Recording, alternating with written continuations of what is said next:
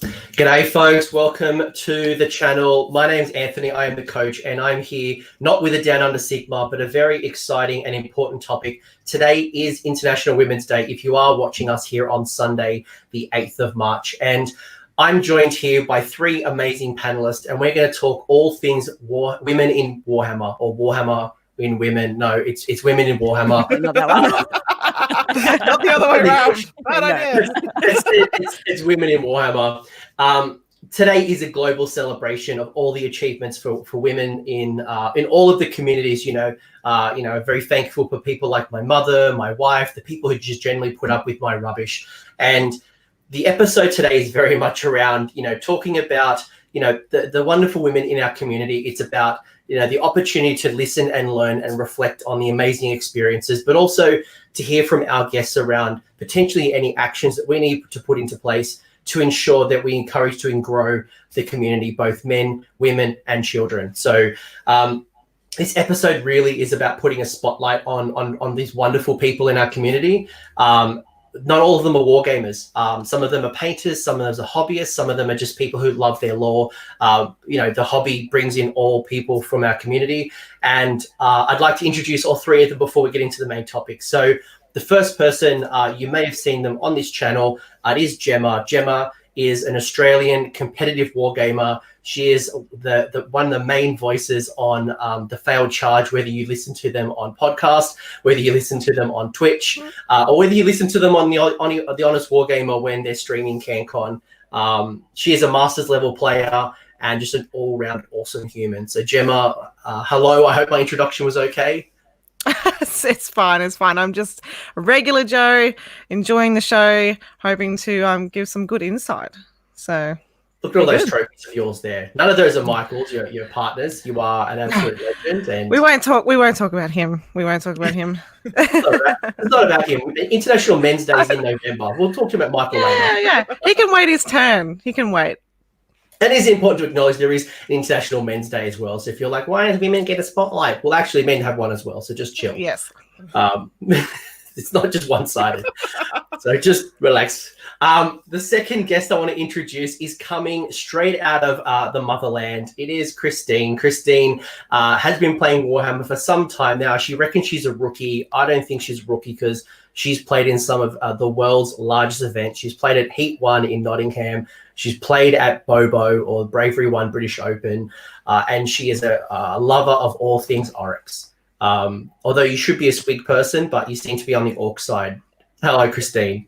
Hello. It's always team destruction no matter what, but unfortunately on this wonderful day I'm actually building an elf, so apologies Oryx, apologies. I know I'm betraying my Orc brothers for this, but I've always loved Daughters of Cain, and I think it's only fair being as a female model as well, so I think that is pretty fair. Although I'm sure a lady could run a Maw Crusher. I reckon she probably could run two at the same time. So yeah, I love my Skella Crusher. Always going to be my first love. Well, it's good to have you. The final guest is Emma. Emma is coming over from another Australian guest. I was going to reveal your location. I didn't actually ask if I could, but you are an Australian. You're from the other side of Australia, the one that we often forget about, but my employer currently is based in your side of the world, so I can't forget about Perth. Not only is she an Australian, she is also a Warhammer hero, which is pretty awesome. You were anointed last year, 2019, so that's pretty amazing. You are a mastermind when it comes to all things events. You run some of Australia's biggest events and very well known on the west coast of Australia and that community. So hello, and anything you want to say, introduce yourself. Just thanks for having me here. It's fantastic to be here with obviously other women speaking on International Women's Day, and really appreciate the opportunity to speak about women in Warhammer. I'm excited to have you all. I realize on this amazing episode that I've done 90% of the talking already. So good start for my show. But it's not going to be like that. The show is very much about the women. I'm going to ask a series of questions that people have asked me on Facebook or Twitter. If you are in the chat, feel free to ask questions. And depending on again, the types of questions, we'll introduce them hopefully through the show.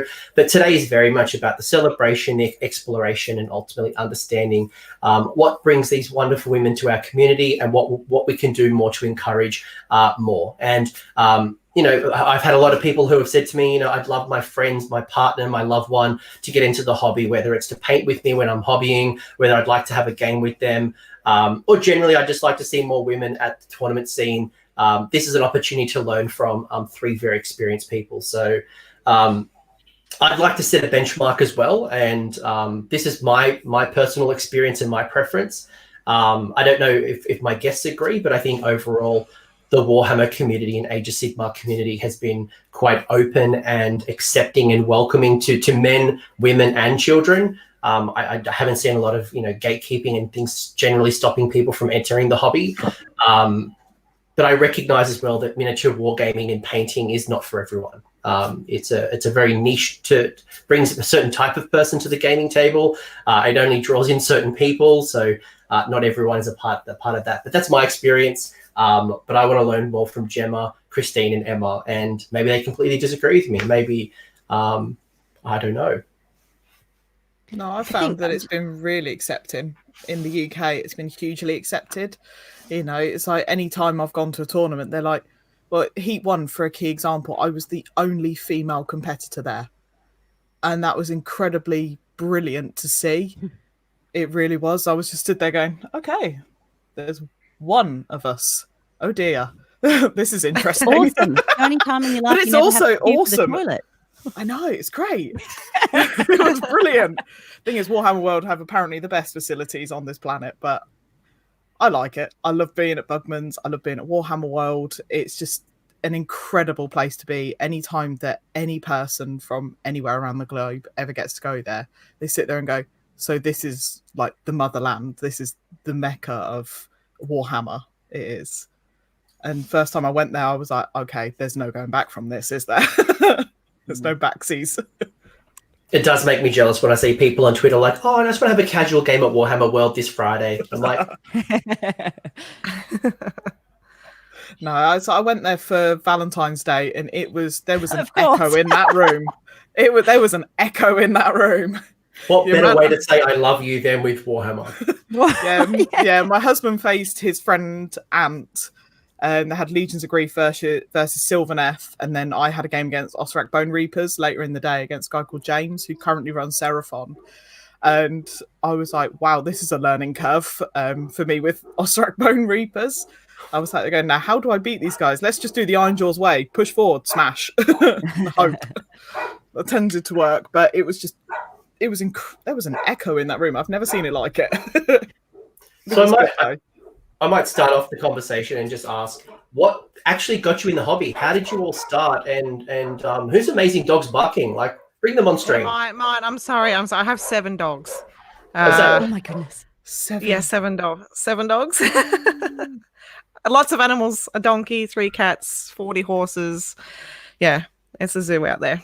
Wow. While we're talking all things animals, Gemma, how did you get into this hobby? I got into this hobby, to be honest, Michael actually got me into this hobby when we very first started our relationship. I was in year 11 at school. Oh, that's going back too long to think about. And basically, to be honest, it was sort of like the start of our relationship. I didn't like it.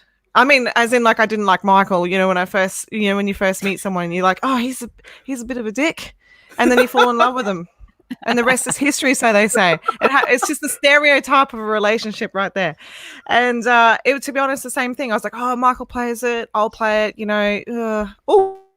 It's not really something that I like, but because he does it, I'll do it. And we sort of drifted off fantasy there for a little while because life gets in the way, and we got jobs and sort of drifted off it. And the scene wasn't as big as what it is now. And then we got into AOS, and we both just jumped straight on that bandwagon, and just from there, we have just been playing games every week. I love painting. I'm not very good at converting, but I'm trying to get better at that. And yeah, I love it all. It's great. That's awesome. That's a very cool story. Circle to yourself, Emma. How did you get into all things Warhammer? Mine is the complete opposite to Gemma. So my husband is Michael as well. Mike and I have been together for 21 years now, and he was very definite that at the start this was his hobby and he wanted this to be his hobby and didn't want me anywhere near it at all.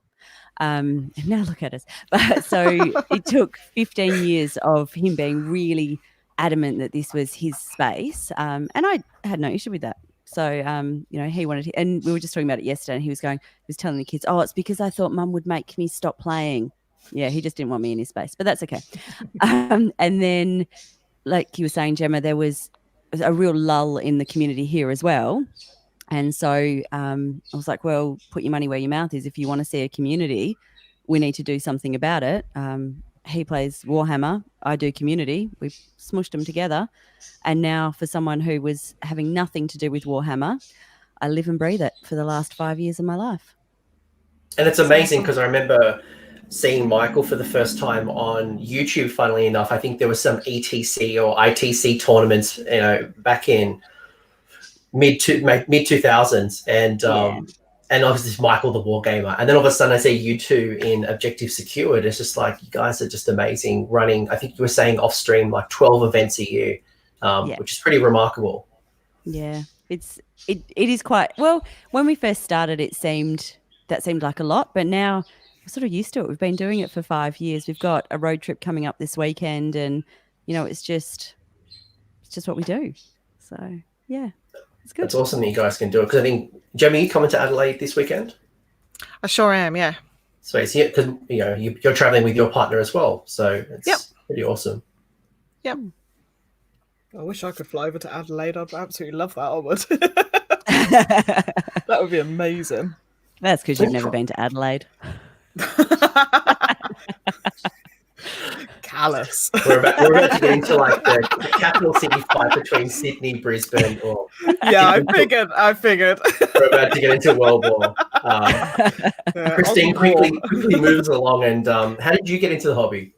So I've only actually been playing competitively since May last year, when I got asked by John Scrivens from The Honest Wargamer, how do you feel about going to Bobo? And I was like, well, yeah, screw it, why not? You know, I've only had 3 games of AOS, 2 of which were 1K games, one of which was a 2K game. So I was like, okay, let's see how this goes. And my husband had some Oryx left over from when he did Iron Jaws, so we literally just borrowed as much as we could, just chucked it all together. And I was like, I'd been a mod on The Honest Wargamer for about 3 or 4 months at that point. I'd expressed an interest in Daughters of Cain. One of my closest friends, Alan, he runs Daughters of Cain, and he was just like, don't do it, don't do it, bad idea. And I was like, no, I'm going to do it, screw it, why not? And when we all met up at Bobo, it was just an absolute laugh. We all just had such fun. And I was like, okay, I don't think there's any going back from this. I think I'm going to just go all in with Iron Jaws, as it was at the time, now Auric War Clans. And then they got their general handbook rules, and it just barrel rolled from there. My husband's been into AOS for he got into it about 18 months after it was released. Our Jedi of the community, Pa, he was into it from day one. And my husband had been into 40k for as long as I've known him. We've been together 14 years this year. So, and my brother was playing 40k from when I was about 15. So that's going on quite a while as well. And he played Tyranids. I was like, I don't really like 40k. It feels a bit too competitive. Yet the AOS community seemed a lot more welcoming when I'd been on the Honest Wargamer chat. And I thought, yeah, why not? Let's give this a go. And I have not looked back since. I've not looked back. And I'm so glad for going for it. Oh, that's awesome. Yeah, that's awesome. And obviously I can only speak on behalf of Age of Sigmar, and I think that's where Emma comes in as well from the 40k side. And I think generally this discussion is not just Age of Sigmar related. Obviously that's the expertise that a lot of us bring to the table, but 40k, our sister game. So Well, I don't think they'd like me calling them a sister game. We'll see all the angry comments, but it's awesome to hear, you've all had different experiences and different pathways into the hobby, because some of the comments that I received in preparation for this video was, how do I get my partner into this hobby? I really enjoy painting. I want to go out and play often, whether it's for a doubles team or I want to get them into the hobby for whatever reason. And people are like, how do I start that conversation? How do I get them into gaming? So it's great to hear, first off, all three of you have very different pathways in, especially Emma, who got told, don't come in, this is my space, go away, for such a long time. Yeah. But that's awesome. So what are your favorite parts of the hobby? Is it painting? Is it playing? Is it like, what do you guys love about the hobby? For me, it's like I like building, but I love painting. But it's that getting on the tabletop, seeing what your army does, and going, you know something? Let's see what these boys do. And they just chuck them forward. Especially with Iron Jaws, they're known for just chuck them forward, smashing, bashing, just hit through everything. So they're just looking at it, going, I'm kind of hoping that's the case for Daughters of Cain as well, but I'm a little bit nervous. But the painting is 100% my thing. It is. I love it. Gemma? For me, it's the people. So really, it is just about everyone coming together and that shared experience. And something that you said earlier was that wargaming attracts a certain type of person. And out of everything that you said, that's probably the thing that I would disagree with most. I actually don't think it does attract a certain type of person. I can't stereotype the types of people who come to any of our events. And that's what I love. And I love that even though it's gaming that brings people together, it's not gaming that keeps people together. And I love how generous everybody is with their time and everything that they've got to give. So I find that gaming does actually bring out the best in a lot of people. And I think that for some of the men who come along to the events, they're, without even realizing it, they're becoming really great role models for some of the younger guys who perhaps don't have positive role models in their life. And the way they interact with me is a really good role model for those younger people, and actually sometimes some of the older people as well. So I really think for me it's the people. Yeah, that's awesome. That sense of community that comes with that as well. Yeah, I definitely agree with both of you lovely ladies as well, but I love the community. So again, I love how accepting it is. I love that there's all types of people that play it, and it's just a common thing that everyone has, that they come to a place and they can relax and they know that they're in a safe environment. So again, with certain people, it does feel like a safe environment for them. And I'm so happy that our community portrays that. Like it gives off like somewhere that people can go, oh, they get excited. I just bought this model today, and they go and show their friends, and they come to the shop and they sit down, they have a chat about it, and they talk how they're going to paint it, and I might convert it, or let's have a game and see how she goes, or I just have a passion for all that. Like I just think that the community is such a powerful thing, and it provides people confidence. You can see people grow, especially the longer that you've been in the community. And I want to reflect that on the community as well. So the passion that I get, it's like, when you watch some anime and you see some of those guys and they can absorb power and they take it and then they can project it back. Like I was just Super watching Saiyan. Yeah. Oh, don't get me started on that, Christine. I was just watching Seven Deadly Sins, and we'll talk about anime another time. But I actually bought a set of Converses the other day with the Super Saiyan on the side and the dragon on the other. So yeah. Anyway, let's go back to Warhammer. We'll do women in anime another week. Yeah. Well, write me down. I'm signing up right now. So I just feel like the community should be thanked for that. And I really want to involve the community and be part of the community as much as I can. So, we're involved in charity events, because I just think that, you know, you guys provide so much happiness for so many people. So why not keep that ball rolling and try and do as many events and, you know, just keep people happy? Like, not as it's a chore, but people love it. You know, you go there and they do feel comfortable, and there's all walks of life and jobs and people. There is no stereotype. You know, I really can't stand that when someone's like, oh, what do you play? Warhammer. Oh, you're a nerd. And you're like, you know, not really. It's just a common thing that a whole bunch of people come together because they like it. And yeah, I just really want to get involved in it. I definitely agree. When it comes to all different walks of life in the UK, we've got all sorts of people in the UK that play Warhammer. And then when you say, oh yeah, I play Warhammer, a lot of the time they sit there and go, oh, my partner's into that. Or I'm stood there going, oh, what army do they play? I instantly go straight into asking them about it. And they're sat there going, well, I don't know. Well, how about ask them? You know, get involved. You know, if you don't want to, that's cool too. But, you know. But the women who work at Warhammer World, they are absolute rock stars. Like, they just... There's no way that you can look at them and go, oh, yeah, well, they're a stereotypical geek, aren't they? No, they're, amazing.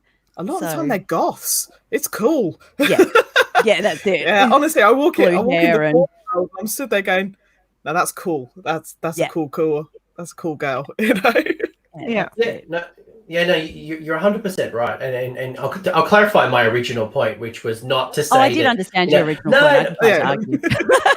Now I'm going to get hobby shamed, and people are like, I look like this, and I'm going to get like selfies, and like people are going to spam me. But no, you're 100% correct. You know, you've got introverted and extroverted people. You've got people who are, are older, but then you've got people, you know, we've got an amazing girl in our community called Beth, who's, I think, turning 14 this year.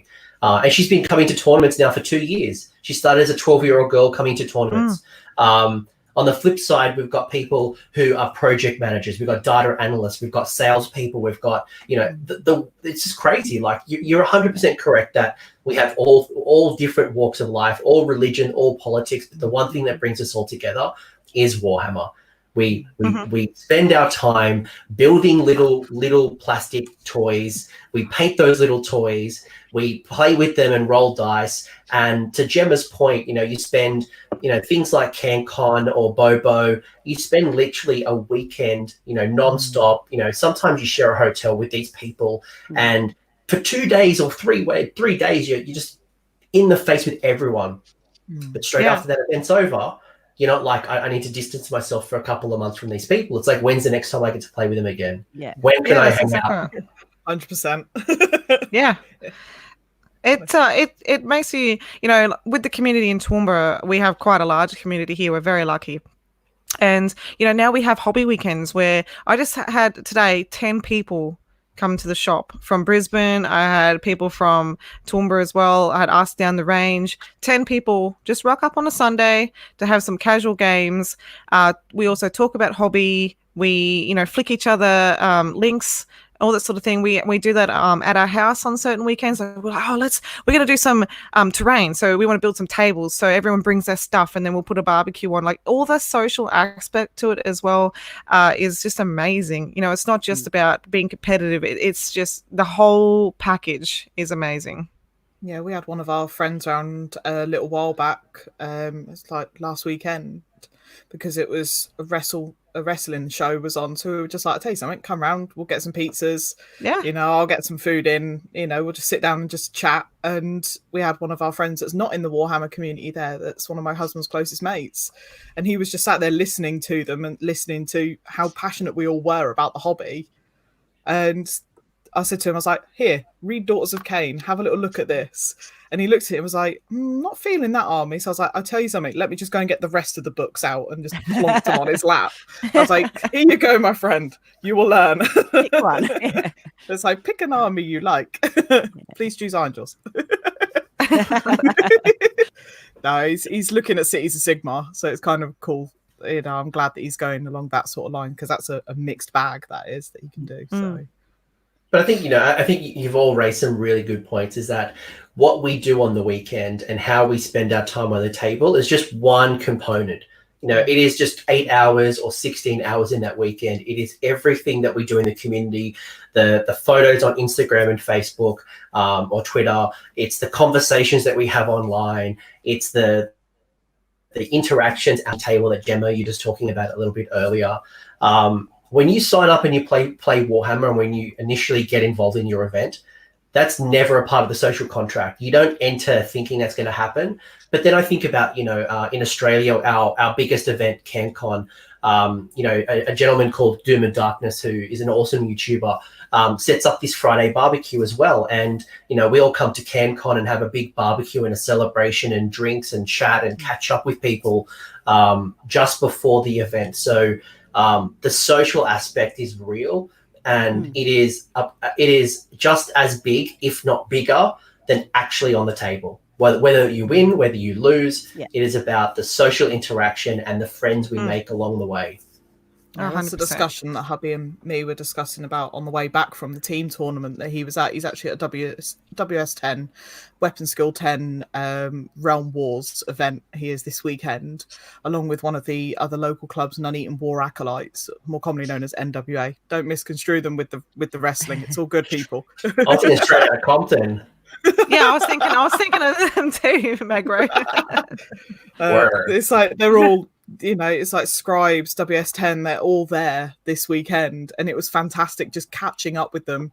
And I witnessed an incredible game of Warhammer between Daughters of Cain with Alan and Lee K with his Nurgle yesterday. It came down to a priority dice roll and an absolute badass of a charge from Dougie. CP re-rolled it. He had a 5. CP re-rolled it, went for a 12. He got straight behind Alan's Sisters of Slaughter, and then that was it. It was just game over. You just saw all of the passion, all of the hate, and it was just like, why is it not working? And it was just such an incredible game. Both players mental good. And it's just witnessing this event and just being able to just see it as a spectator and not actually joining in. You still feel it. It's incredible, seeing these people. It's quite contagious, isn't it? So, yeah. What are your observations, Emma? I know, you and Michael run events. You run a lot of events, and in the past you've run huge events as a spectator and as an event organizer. Like, what's your observations about the tournament and why people are coming to tournaments? I think one of the things that I'm most passionate about for tournaments is that I think we live in an age of social media where nobody's actually social anymore. So we're all interacting via electronic devices of some sort, but it's actually really rare to have a conversation with somebody. It's rare to have a conversation on the phone, and it's rare to have a conversation in person. And so in my life outside of Warhammer, I have staff at my work who I'll say, could you just call this person for me? And 5 years ago, it used to be, can I send an email? No, you can't. I need you to pick up the phone. Now it's, can I send a text? No, you can't. I need you to pick up the phone. And then people don't know how to do that anymore because we're not actually having any kind of interaction. And what I love about this is that people actually have that interaction, but in a way that's non-confrontational. So you're not having to make eye contact and have a deep and meaningful conversation, but you're still being social and, shaking hands, and obviously not at the moment because everyone's scared of what germs are going to be passed around. But so maybe they can elbow bump or something. So I think there's that social aspect that we haven't had. And, going back for women, we talk about it takes a village. We don't have a village anymore because we're all so busy being everything to everyone. There's no opportunity for a village. And I think tournaments give people a village. And whether people consciously choose that, whether they're coming because from a superficial perspective, I get to go and roll dice for our events generally run for about 12 hours, 10 hours, it's just 12 hours for us. So, for 10 hours, I get to go and roll dice and play 2,000 point games against people who I wouldn't normally play against and that kind of experience. But the added benefit of that is that they get to actually have that in-person interaction as well. For extroverts, I think people, as you were saying before, Gemma, like they kind of take that energy and, and able to pass that back. And we hear that by the wahs that come out across the whole room when things are either going really well not so well. But for introverts, they don't have to have the conversation. They can actually just focus on what those little models are doing on the table, but they still get to be in that space with people and feel some kind of social need, but able to do that in a way that suits them as well. So I guess for me, that's what I observe. And this might be a general question for everyone. Do you find that the interactions online, like let's say, for example, I was to put up a picture on Twitter or on Instagram, and it's like, this is my model, I've just painted it, or I'm currently working on it, or I've just built it, or, I'm thinking about building a list, whatever hobby post you might put online. Mm-hmm. Do you generally find that's equally a positive experience, and you get recharged and rejuvenated or excited, or like what's that social piece about? Because for me, when I look at other communities and other just Instagram and Twitter, people can get really, I don't know, they feel inferior, or maybe they're missing out on something, or social media can be negative at times. But like, what's the observation from a hobby perspective of tournament play and hobbies and models and painting and all that stuff? Maybe Christine, I know you're big on Twitter, and then might go Gemma then after that. Well, I found whenever I've posted anything up online, so for example, like I put up this morning that I'm going to be doing like Little Sister Marathi, but with a what's the name of him, Arch Revenant mixture, because my daughter's Arcane is going slightly tribal. I wanted to do that slight mix. I found the outreach on that has just been incredible, and when I posted up about all my updates to do with how I was doing with my iron jaws, people were just going, just keep going, that support was incredible, and it meant a massive deal. It really did. And then where I'm working on this at the moment, I'm excited to see how it's going to pan out, and I want to see what this model's going to look like on the tabletop, and I just can't wait to actually get her into battle as well. So when people interact with that online and then they see it in person, they're like, wow, this looks really cool. And it's that positive effect that comes from people saying it online. You just like, people have just said it online, to in person, where they look at it, they actually interact with the model physically and sit there and just look at it, look for the little details. And that means a lot. That does, especially as a very new player to the system. I look at it and go, that's a big achievement for me. That's a huge achievement. That's awesome. I remember hearing about your story, and I'd reached out a couple of times to say, keep going, awesome.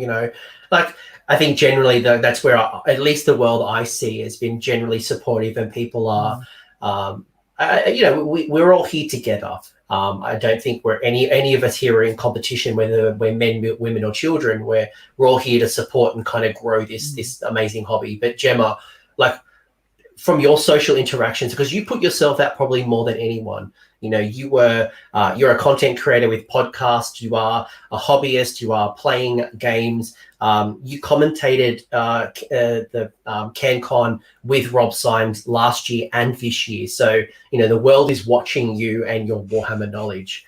How have you found the online environment for yourself and your hobby? I have found it to be just overwhelmingly supportive. Like, I think not only is it supportive when you're in person with people, and that's one thing I love, I just know that you can also find that same support on social media. Naturally, there's going to be keyboard warriors in every aspect of life.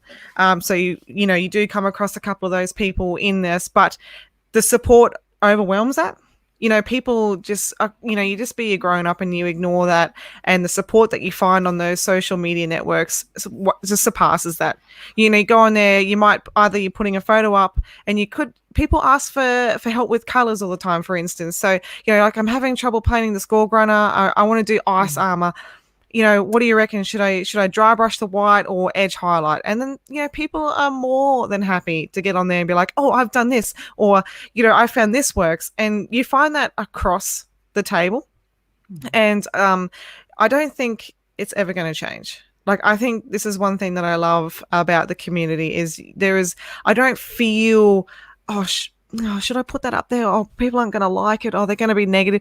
I've never, ever felt that. Ever. I feel completely supported. I feel confident. I love everyone that's on there. I'm going to get as help that I want. It doesn't matter. Even on the podcasting with our episodes, people with feedback, they've always been positive. Like, how about you try this next time? Like, not that we didn't like that, but maybe throw in that. Or there's not negative Nellies everywhere. And I find that just amazing too. It's so good to be part of a community where you can just jump in the deep end and you're not going to drown. You're going to float and have all those people underneath you. Yeah, I think generally people have been very supportive. I get dicks on this channel as well. I remember literally the other day I had someone in the comment section of one of my videos say I'm a fraud and I don't know anything about Age of Sigmar. Like, okay, I guess that makes perfect sense, right? Like, I've been making videos for a couple of years, but there are jerks around everywhere. You'll get them everywhere. But the thing is that I like about the community too is we stick together. It's not like, one person's going to say that and then everyone's like, oh, yeah, you are. And then just completely abandon you. Everyone's just either going to ignore them, grow up, be an adult or just mature and just support you no matter what. Because we know the community and we're never going to just turn toxic. If it does, I'm going to be devastated. But, yeah, I think it's a wonderful place. It's much different than other communities. Again, I'm not saying other war games, but just generally, you do hear social media can be very toxic, and it can see a lot of people who just want to fight for the sake of fighting or just trying to generate a response. But overwhelmingly, I've seen so many offers of people trying to help each other, and we all want each other to grow and to thrive. So. Yes. I think I love hearing that you all are experiencing the same community that I'm experiencing. But again, there are dicks around there, and I apologize for everyone who has to interact with one of these people. I think sometimes it's hard to remember that the keyboard warriors are actually in the minority, and it's really easy to focus on those keyboard warriors and to take it personally. Whereas you have to go, you know what? Actually, it's not me; it is you, and hide the comments or that kind of stuff rather than taking it on board, because as you say, there are people in the world who shouldn't be allowed on social media. Really. That's right. Agreed.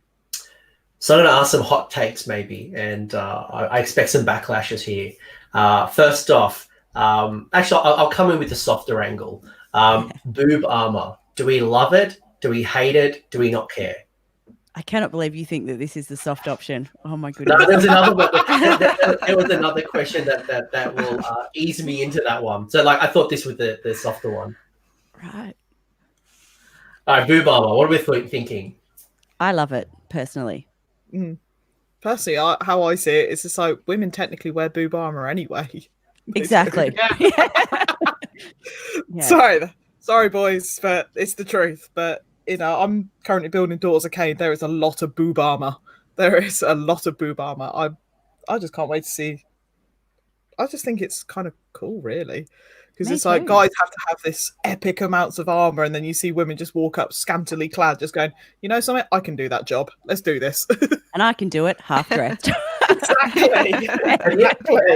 Have any of you seen that comedy video where it was a couple of years ago? It was a little comedy sketch where it was more Dungeons and Dragons theme, where there was two guys and a girl going to a dwarven forge, and they're about to go to battle, and the guy gets this big suit of plate mail and a big broadsword. Oh, I've seen that. And then it gets to the woman, and they're like, "Here's the chainmail bikini," and it's a little and it's like Princess Leia it, here you go.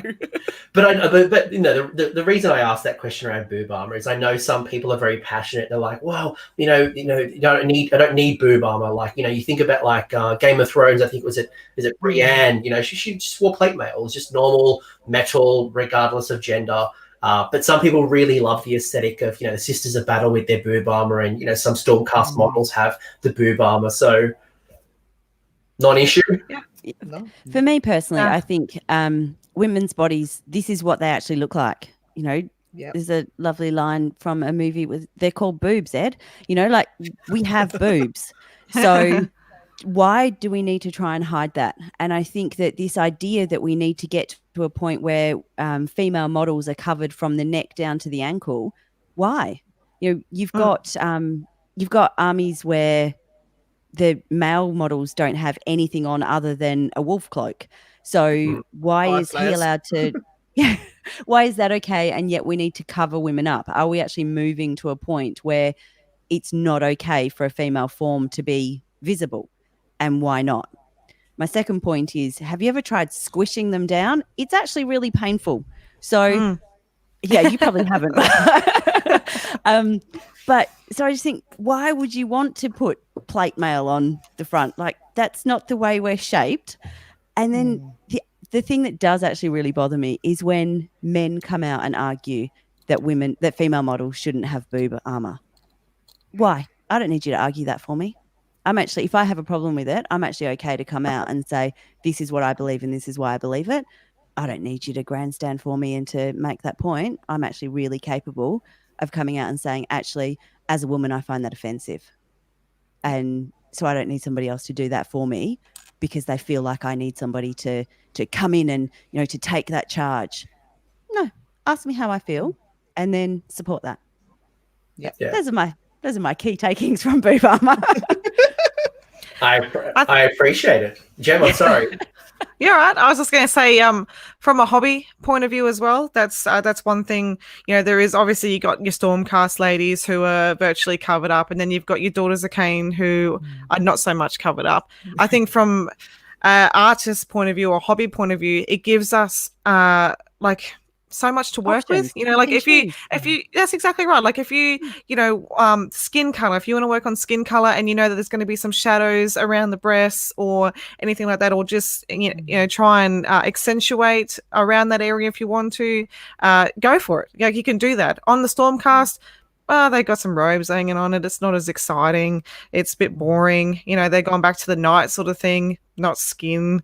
You can do that as well, though. You can try some non-metallic metal or try some shading in between those ruffles and the cloth. Like, I think that's one thing that's good with women's bodies in the hobby is, to me personally, you can do a lot more hobby-wise with them than just the dudes. Yeah. So I think, for sure, you can just leave the women's bodies as they are. Just, if Daughters of Cain want to have some scantily little bikinis on, they're going to kick ass in that because they're women and they're good at it. Definitely.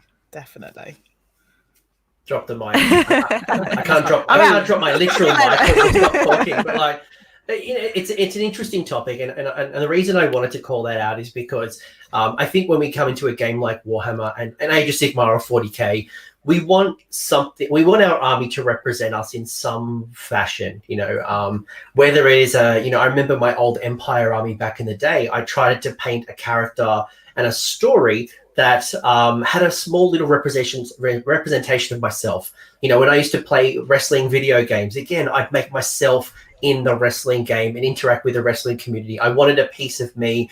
And I know for women who have commented to me in the past about this topic, they're looking for a representation. And I think, Gemma, you've made a really interesting point that I think having a diverse spread of, women just don't have to play the Sylvaneth because they're pretty trees.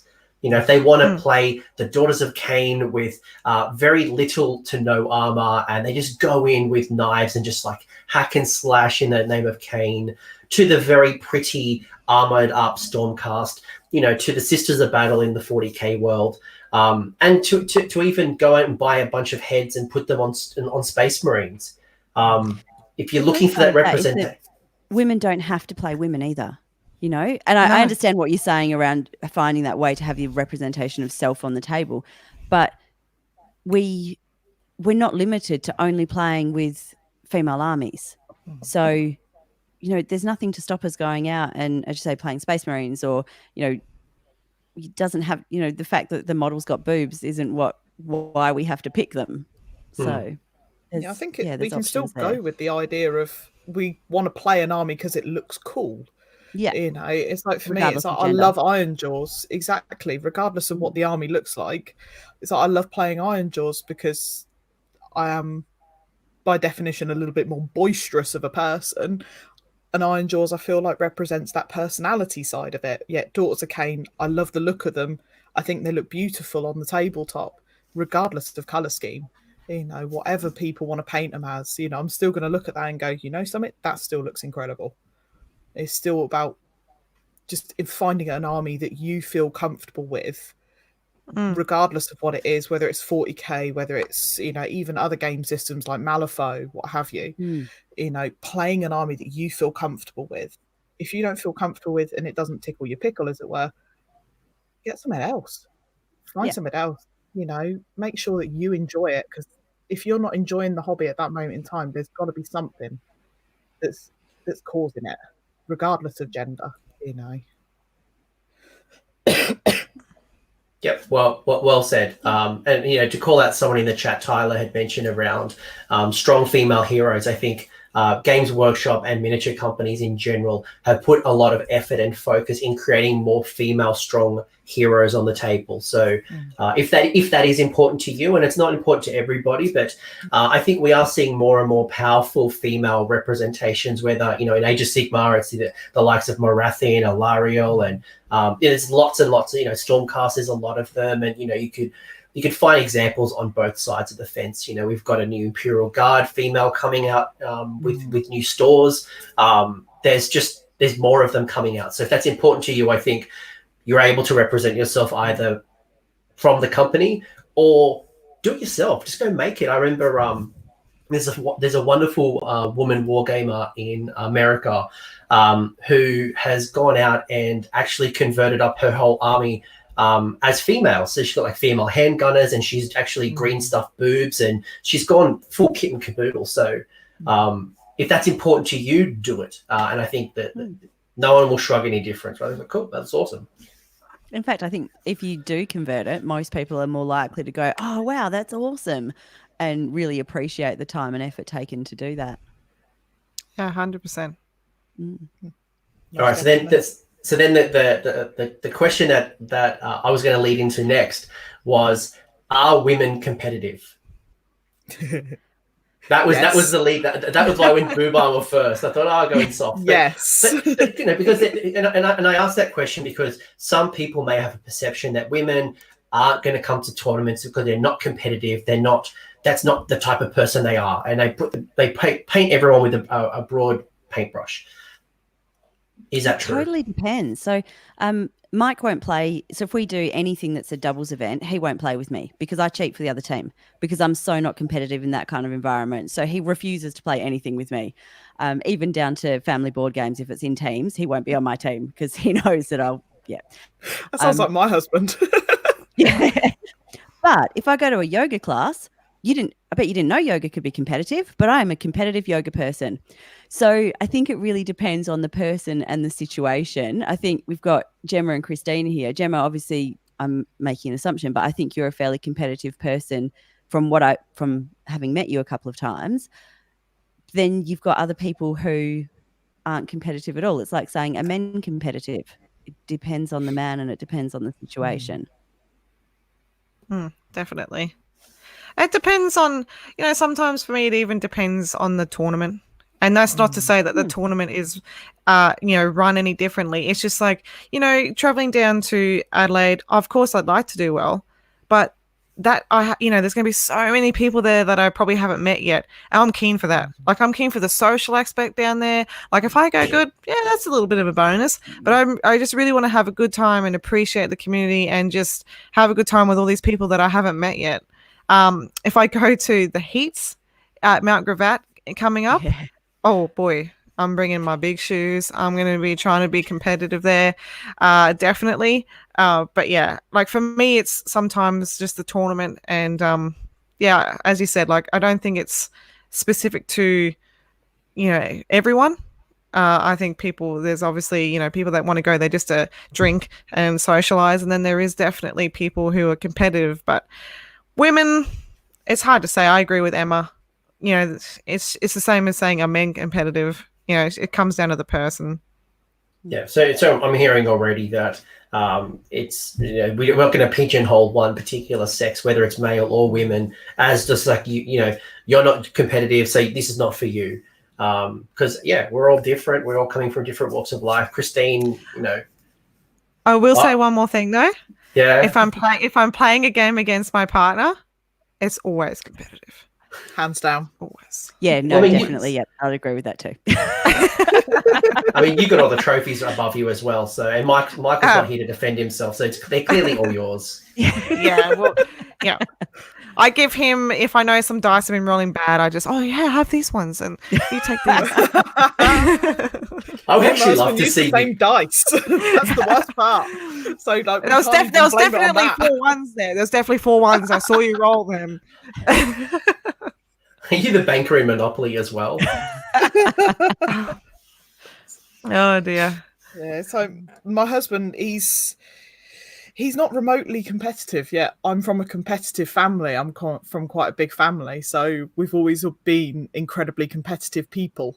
And then when my husband got together with me, he was like, "Wow, this is what competitive feels like." Bloomin' heck. And then and then I've become more placid over the years because he's a very, very calm person. He's very calm, very content with just, it is what it is. That's how it's always been. It is what it is. I'm like, yeah, but it shouldn't always just be, it is what it is. And then the competitive you just see the triggered logo come above my head. But it's just incredible because whenever I'm facing him, he'll still point out little things that I'm still missing. And then I'll remember stuff from his army, but it still helps in other games that we do as well. Yeah. You know, regardless of whether it's board games, card games, you know, tabletop wargaming, you know, we do all sorts of gaming together. So that's nice. That's really nice that you guys are able to use things like this, like Warhammer, to form a bond and to spend time with each other. Especially, you know, Emma was alluding to as well. You know, we are social creatures by nature, but you know, the world is becoming more and more disconnected. You know, we have all the tools for communication, yet we are more disconnected. And if you don't believe me, look at the next restaurant or cafe you go to and see people having coffee with each other, yet they're on their phones. And we're all guilty of it as well. But you know, I think this is opportunity, and the game of Warhammer as well forces you to pay attention to your opponent. So you can't sit there and just play with your phone nonstop because you just can't play the game that way. definitely. Yeah. Speaking of playing the game, and this is a hot question I've gotten from Twitter. Someone slid into my DM, so I'm going to ask this one because we are kind of on the topic as well around this subject, and we're talking about events. And you know, one of the things that tournament organizers, myself included, I run tournaments. I'm always curious to understand what I can do to encourage more women to come to the event. Is there anything from your observations or your experience that could encourage someone like me to get more women to come play, whether it's for their first time, to join their partner, to even come and watch their partner initially and then maybe come in later? Is there things that you've observed? I'll go to Christine and Gemma first, and then Emma, as yourself as a tournament organizer, you might have had some things that you've done to encourage more diversity. So maybe Gemma, yourself first. To be honest, I haven't. I don't. It's a very hard question to answer. I'm finding it hard to answer that question just because I don't want to generalize it. Like, to me, Warhammer isn't about males and females. It's just something that we all have in common. And it comes down to the person. You know, it's like saying, why doesn't everyone like red as a color? You know, I'm not going to make someone do it. And I know that's not what is intended here, but it's something that's really hard to do, because if you go out on a limb and you're like, oh, let's try and attract some women in it, you know, you're going out in one direction, but are you taking away from another one? Like, at the moment, the community is such an inviting place, and it's in a good place. I think it's already welcoming and it is growing. So I think it's just time. You know, people, you know, they just need to understand how inviting it is to start off with. And if people can convince their husbands and wives to come along and watch, you know, maybe attract them with something else. Like, for instance, hey, honey, there's a bar there. You know, you could probably have a couple of drinks while we're watching the game or something. Like, and maybe they'll oh yeah, yep, and then they'll come. Or just, honey, just drop me off, come in for 10 minutes. That's all I ask. You know, just little slight negotiations maybe. And, you know, they'll see how much fun you're having there. They might see how many people are doing it, see other, you know, maybe other friends it make it a social thing maybe, because a lot of women do like social events, and I'm not trying to stereotype anything, but we like talking sometimes. So I mean, I know I do. I'm just going to put that in there. So do men. Yeah, I know. Yeah. So Sorry. but in general, I don't think it's something. I don't know how to answer it correctly without sounding.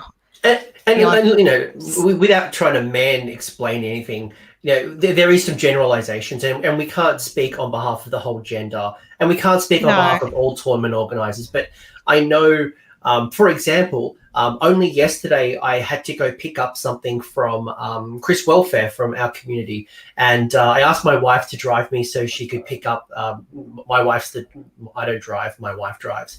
But I said to her, instead of waiting in the car, I'm like, just come in for 10-15 minutes, because she sees me go away for weekends, and she sees me paint. She obviously knows I come into my studio here and does stuff, but she doesn't quite understand how all the dots connect. So I said, just come in for 10 minutes. Let me go pick up this stuff from Chris, and we'll go, and we'll have lunch later. Another example, and I would like some things, if anything does come up, was one of the lovely ladies in my Discord channel said that because she loves the social aspects so much, she would love to see more 2-on-2 type events where she gets to interact and meet more people in a more casual environment than the traditional one-on-one. So if what would she like? She'd like to see more 2-on-2s. I'm like, actually, you know what? Actually, that makes sense to me, because it does play on the gaming and the casual and the social interactions. Definitely. I think another thing maybe some shops could do if they can facilitate it is like I just recently went to a ladies' night. And it's not just generalized to Warhammer. Like I played Magic, you can play, we played Jenga, like all that sort of stuff. But you're forming relationships with people there. So you go, they put like a cheese platter on or something like that, a couple of wines, and you just sit down, you meet people, which for a lot of people in this community is already, that's the hard step. You're like, oh, I got to go there. I don't know anyone. I got to actually put myself out there a little bit. But they're all the same. Like a lot of people are uncomfortable with going, hi, my name's Gemma. How are you? What do you do? Like that step, the breaking of the ice. And once that's done, it's the rest is history. And I think doing ladies' nights like that just to get you chuck it up on social media, because we've been down that road of everyone's on their phones, and it's such a big part of the world at the moment. Get it out there. They might not be like the page on Facebook, but maybe their partners do, and they can pass it on. Like, hey, honey, why don't you just go play some? Go to the ladies' night. They're going to put on some wine, some cheese, play some dominoes, cards.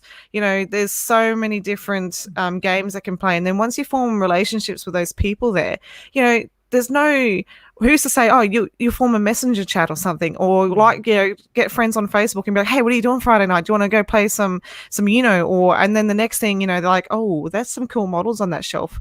Let's buy some Warhammer, and then just from there, I think is pretty cool.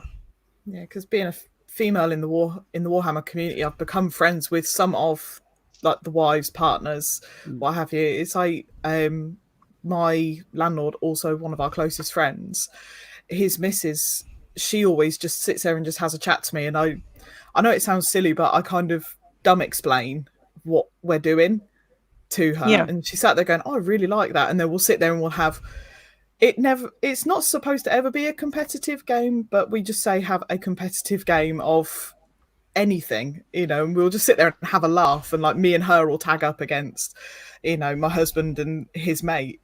It's just really fun. It is. And when I was at Bobo last year, there was quite a few wives that were there. So Paul Haley, one of the guys that's really, really big in our local community, his missus Ellie was there. So I was like, oh, it's brilliant to finally meet you. And then one of the other guys, his missus was there as well, and they're all good friends. So we were all just stood there just chatting for 10 minutes. And my first opponent at Bobo, he turned around and said, well, there's never any women in the community. Can I take a photograph with you to prove that there's women playing? And I was like, yeah, screw it. Why not? Let's do this. Yeah. And it was just good fun, because then I've had more people talking to me, like Kerry Robson, who used to work for Warhammer TV. Me and her talk a bit as well. And we're always interacting on each other's posts. and it's about trying to encourage, just talking about it, even if it's just, oh, my partner plays XYZ, and then going, oh, do you fancy going to the cinema? Do you fancy going out for a meal or something? Just going out for a coffee, anything, just to just sit down and just have a chat about anything. And then you get to learn more about people that way as well. Yeah, definitely. And I think that's a big thing as well, is like encouragement. I don't think people realize how accepting the community is. Like people just go, oh, it's just a group that plays tabletop games, but you don't realize how awesome the people are that are part of the community. And I think people need to just, have some trust in it as well. Like, I don't know how to explain. I'm sort of just diddly daddling around here. But, initially when you sort of go there, it's intimidating. Because you walk in the shop, there's just like 40 people rolling dice. You're like, what's going on? I don't understand any of it. This is too much. No. I'm done. But, just doing, say, if you can, drag a friend in for 10 minutes, or even in social, Christine, you had a really good point there where, you get friends over to your house, you play a social game of Warhammer, or just, have you seen these models? These are really cool. And they might like to paint. And then the next step is, hey, do you want to see how they go on the tabletop? Then you have a game. And then, and then from there, you're like, I'm going to a tournament. It's only a 1,000 point tournament this weekend. Do you want to come along? And they're like, hey, yeah. And then they realize how accepting the community is and how much fun it is. And you can just feel free. You can go there and you can have fun and muck around. You can wear cosplay. You can face paint. You can wear costumes. Like, everyone loves it. You can go in normal clothes. That's an option. Normal clothes.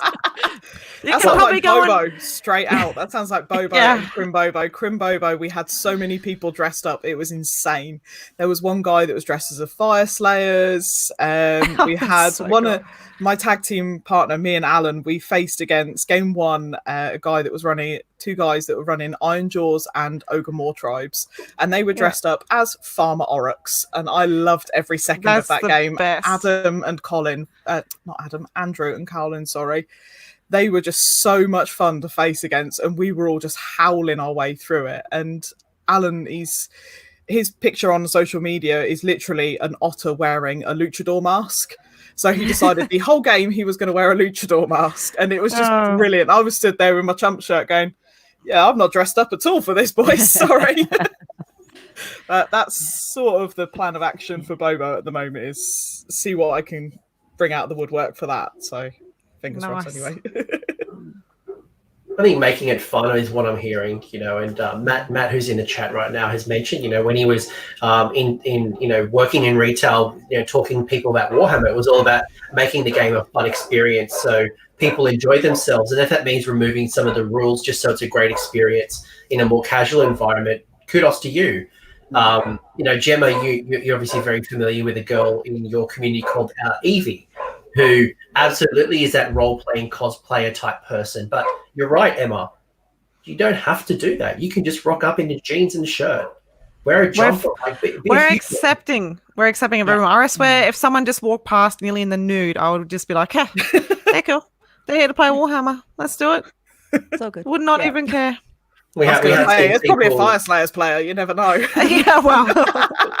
That might turn some people away. It really might.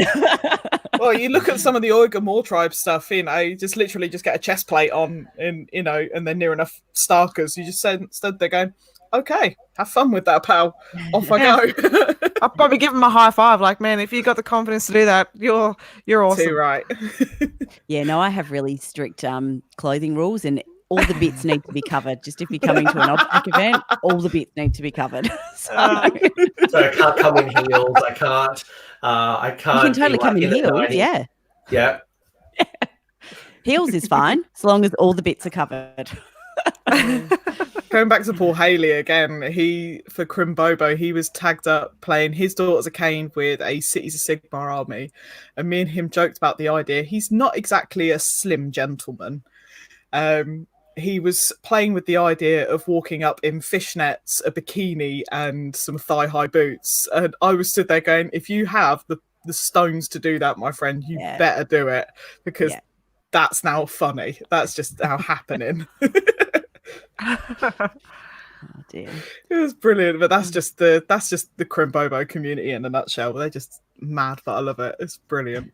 But it's interesting you say that because I've had a lot of comments from people, and this is both men and women who want to enter the event tournament scene, but they've heard stories in the past where it's just like, you know, everyone is out there to kill everyone as quick as possible and to drink your tears and to, you know, ruin your day, and, you know, that really bad experience. And people, again, both men and women, have this fear of entering their first tournament and just being crushed, and having a bad time. So it's interesting to hear that, you know, the reoccurring theme right now has been community and the importance of community and how bubbly and friendly you've all had this experience with. But two, it's not just about crushing your enemy. It's about having fun. It's about enjoying yourself. And yes, you will get people who are competitive and they really want to win, but that's not your whole experience. People are going to have fun. You're going to have a laugh. There's been plenty of events that people offer you, buy you drinks. I've had games where some people have had maybe too many drinks at the table. But it's just as fun as much as can be competitive. But definitely. Yeah. One of the things Christine said about having a photo taken to prove that there were that there were women at the events, I think that's probably something that's really important. There's a lot of research into like why women aren't in STEM and why we don't see women in particularly male-dominated areas. And sort of the thing behind it is if you can see her, you can be her. So women need to see other women doing things in order to know that she can do it. So having the opportunity to see other women there is a great way to get other women into the event. So I think what we need to do is find a way to actually get women to come in for some portion of an event to actually see that women are in this space. That, you know, often if I'm running an event, I can be the only woman in the room, but I'm still in that room, which means that when the other women come in as the girlfriends or the wives or the partners or the friends or whatever, there is another woman in that room. And in our situation, there's a female who's in a position of authority as well. I think that's really powerful for people to see. But some of the things that we do is we do a Warhammer Widows high tea at some of our events, which we time for about 2 hours before our award ceremony. And we basically have all the women, or as many women as we can get there. And there's wine and there's food and there's conversation. And we start the conversation with, you know, do you play? Have you read the books? Do you paint? That kind of thing. And it all starts with, no, I don't do it. And then all of a sudden somebody admits that actually, oh yeah, I did read a book and it was actually kind of good. And then somebody else is like, oh, well, yeah, no, I paint. Oh, well, yeah, we do play a bit. So, you know, there's this kind of breaking down of the stereotypes that, okay, well, there's other women here and they're doing it as well. So it's not just me. And I'm not odd because I enjoy this in this particularly male-dominated area. I'm not alone. So I really love seeing that. It's really awesome when you've got a table with 15 women and nobody plays. Maybe a little bit. Oh yeah, no, we do. Yeah, most weeks. So, and the progression as the wine flows a little bit as well. But so that's really awesome. And one of the reasons that we started running our mixed doubles event is because the very first event we ran, which was Masters here in 2015, there were a lot of women, one female player, and a lot of women came to support their partners. And I was running the bar and asking them, you know, do you play? Oh, I couldn't come to something like this, for that same reason that men are really competitive. So I don't have the confidence to come in by myself. It's okay that I play with him, but I couldn't come by myself. So we started a mixed doubles event so that she doesn't have to come by herself. She can come and be supported until she feels comfortable enough to come by herself. So, and we've noticed it's been really interesting. We have some women who come who enjoy playing and feel supported, and then we have some men who bring their partner and they play two armies on the table and the woman just rolls the dice that he tells her to. So it's interesting seeing that dynamic as well. Yeah, I think it's definitely interesting, especially when you see like partners turning up to support their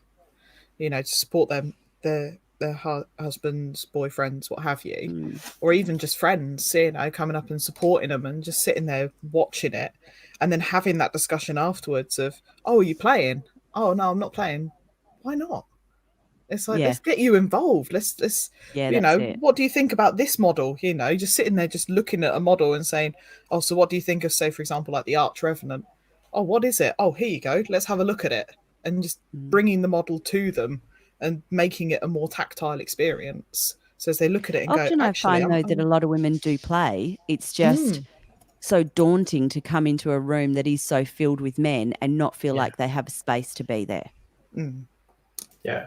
From everything I've been told, because I tend to do as much research as I could in preparation for this, from everything I understand is that there are a lot of players in the casual space. They come to their local game stores, they're playing at the games clubs. It's that leap to that tournament or that event that there may be a little bit of a gap for what the reasons that Emma and Gemma have spoken about already, because they are playing. It's not like they're the unicorn. They are amongst us, and there are a lot of them. I think there are more painters than there are players, potentially. At least I see a lot of painters. And do you think that's because it's more socially acceptable to see painters as opposed to seeing players? Like, I think that there's still this stereotype around what does a gamer look like. And so I wonder whether or not, from the research that I did as well, I wonder whether or not there's this idea that I actually don't want to be associated with that idea around what a gamer is. And so I'm not going to go on social media and share this. I'll share it with my partner and I'll share it with my friends, but I'm keeping this my dirty little secret because I don't want anybody thinking that I'm like them. I think women in general, and this probably does come across as a stereotype, but we're probably... everyone has confidence issues, but it seems to it's more prevalent in females, if that makes sense. Like, and that's not a dig at females at all. Like, I think we're the superior race. Superior sex. What's the old saying? The man is the head of the household, but the woman is the neck. Like, definitely controlling everything.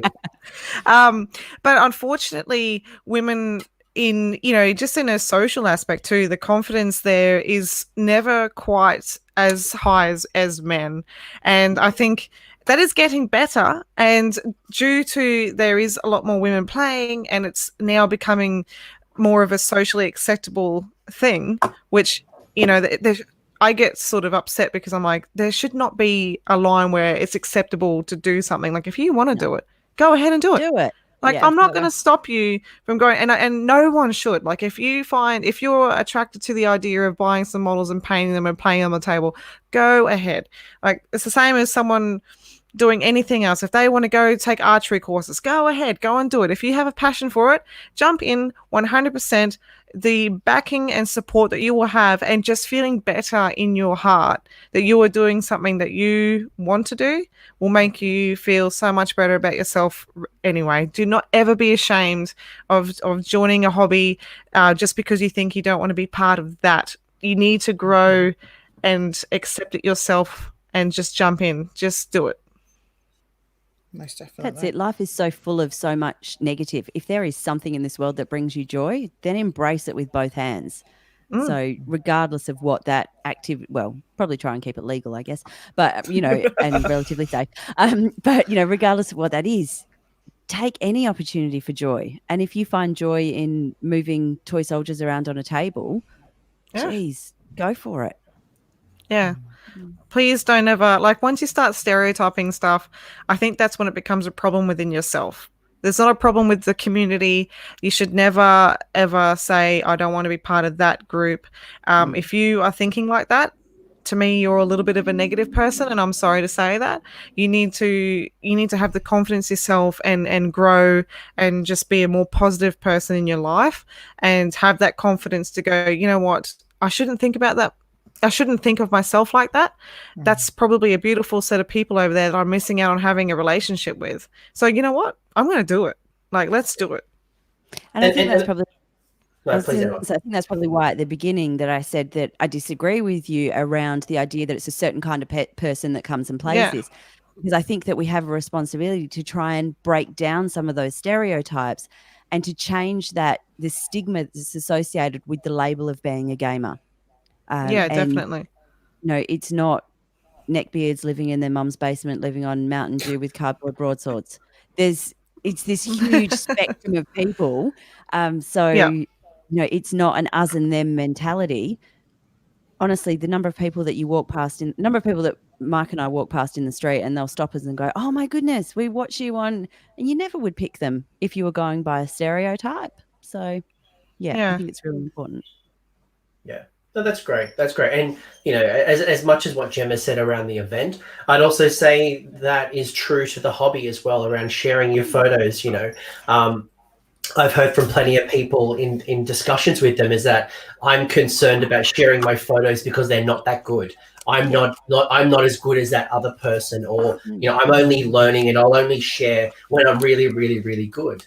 And you're holding yourself back. You're holding yourself back from being your authentic self. And again, this is whether it's male or women. And, Gemma, you mentioned around some female issues prior to this, but you make it sound like someone needs a hysterectomy. So I don't want to put words in Gemma's mouth, but share, yourself out there. I think with that, the research says that men overestimate their abilities and capabilities by 30%, and women underestimate their abilities and capabilities by 30%. And I think that's, Gemma, sort of what you were saying, that men, what I see is men are more than happy to share and to tell people how good they are, and women are more than happy to be somewhat self-depreciating and not want to share because I'm not good enough. So it's really difficult to undo how many centuries that's kind of gone into that, with a 2-hour episode here going, girl power, you've got this, you are just as good as the men in your lives. And because that is the truth. We are awesome, all women. I agree, we are the superior sex. And I see this in business, and I don't want to deviate too much out of the hobby conversation, but they say that, and the studies have shown that if there was a job, a promotion at a company, and they were asking for 10 skills, a man, if they had 7 of the 10, would apply for the job. But if a woman had 7, they wouldn't apply because they don't have the other 3. And that's just that mentality, or the way we perceive things. With that as well, though, if a man goes for a job and the salary is X amount, he'll ask for X plus this amount and seem to be a go-getter. A woman asks for X plus that amount and she seemed to be, she's got tags on herself. So there are kind of those social constructs that are still there that we are still battling against. And that's our reality. So as much as I guess all 4 of us here are doing what we can to try and support women in the community, there is more to it than just trying to create a positive space for women in the gaming area. Yeah. I can't disagree with that. I think, it's just about small little increments of change, and it doesn't have to be small. We can make big leaps of faith, but we all can do a part. And I don't think for a second that we in the tournament and the competitive scene, or the Warhammer scene in general, are putting up roadblocks and barriers to stop people from entering. We want the events to grow. I want my personal events to be as big as possible. Man, woman, child, old person, young person, I don't care. I want as many people in the hobby as possible. But there are some things, as we've mentioned, that we could do to get more people to come. So I think even just to self-reflect, to think, is there anything that I can do, whether it's a mixed doubles, whether it's a social interaction. I know personally for myself as a player, I have unconscious biases that when I come to a tournament, I will go see my friends first, and I'll just want to chat with my friends, whether it's my local club or the people that I've played with in the past that I just want to get to know. But I'm forcing myself now to go introduce myself to people I don't know, because I don't know how experienced they are. And that's a way to welcome them into the community, to have another familiar face. And I think that's important, whether, again, you're male or woman, but to make that effort to make people feel welcome in the community, as opposed to being isolated because they're not in the crowd. One of the things that we're hoping to try this year is to actually have like a specific coloured lanyard for people who choose to be, so if you've got somebody who's coming in who doesn't know anyone, they can look for the orange lanyard and go, well, I know they're a safe person to go and talk to. And that's for, again, whether it's a new man coming into an event or a new woman or a child, whatever, they know that, well, this person's a social person who is going to be okay if I go up, and they'll be able to introduce me to others. One of the other things that we've done is we've changed. We don't use the word tournament. We use the word event. Yeah, because we find that tournament is really quite. It does bring up those ideas of hyper competitive players, and that can be off-putting for men and women alike. I think that's a good plan, actually, having, say, those safe people that people can go to. We need a better word, but yeah. Yeah, it's like those people that you can go to and just say, I need help with X, Y, Z, or, oh, can you introduce me to these people because I don't know anyone, and whether it be, male, female, regardless, it shouldn't matter. Then they can go up to him and just say, oh, hi, I'm, say, for example, Christine, how are you doing? This is my first event. I don't know anyone here. How does it work? Yeah, exactly. Because when I went to Bobo last year, I went with my husband, with a load of friends. I bumped into a load of people. We went to one of the local games club the night before, and I then ended up being introduced to a load of people that they were all sat there going, you're Hook and Pin. Oh my God, I can't believe it's you. It's like, you're female. And I was like, yes, well done. Who gave it away? Good work, boys. And then they would sit there just sit there going, so what's brought you to this? And I was like, I got asked by that guy over there. He asked me nice. I said yes. I'm overwhelmed. Send help. Yeah. It's like being someone that has problems with mental health, like going into a room full of people that I don't know, I'm instantly overwhelmed. And I look at it and I'm like, oh God, what do I do? I had full-blown panic attack the night before Bobo. I went there and I was like, no, you can do this. Just go and have some fun. You're not going to win the games, but that's fine. Because if you meet a load of people that you like, you get on with, I've got one of my closest friends because of it, because of going to Bobo, and a lot of the people that were there were so welcoming, and it was so good. And I can't wait to go again this year. I'm now really excited. It's like I've got 2 events. I've got one event between now and then, which is one at Imps Wargaming in the same town as Bobo, and there's going to be a load of people there that I know, and I know I'm going to be happy and content and sit there and go, right, a year on, let's see what I can do from being in this hobby. Yeah, I think like it's a journey for everybody, and we obviously grow from when we started to now. Like just listening to Christine talk then, and I could definitely relate to some of those feelings that you've got there. Like obviously when I first started, I was not who I am today, and we can all say that about ourselves. And, I was a nervous, I'm 30 now. So I've been playing AOS for 4 years, and 26 years old, going to the game shop. Definitely, it's not. I'm not even going to lie or try and hide it. Like when you walk into a shop that you're probably going to be the only female in there, and it's daunting to start off with. But now that I've grown and I know the community a lot more, I jumped in. It did take a while. Obviously, I haven't been doing all the social media stuff for that whole time. I now have a sense of pride. And I think that's important too, because, you now walk in and you might only be the only female one there, but it's probably sounds silly, but I'm like, oh yes, like I'm carrying the female sex right now. Like I'm going to show these boys how it's done. And I always have that sense of pride. Or when they go, oh, you're that chick from the Foul Charge. I'm like, oh yes, I am. Like, not to have tags on myself, but it's just like, I have that confidence now. Yeah. But I got it from the community.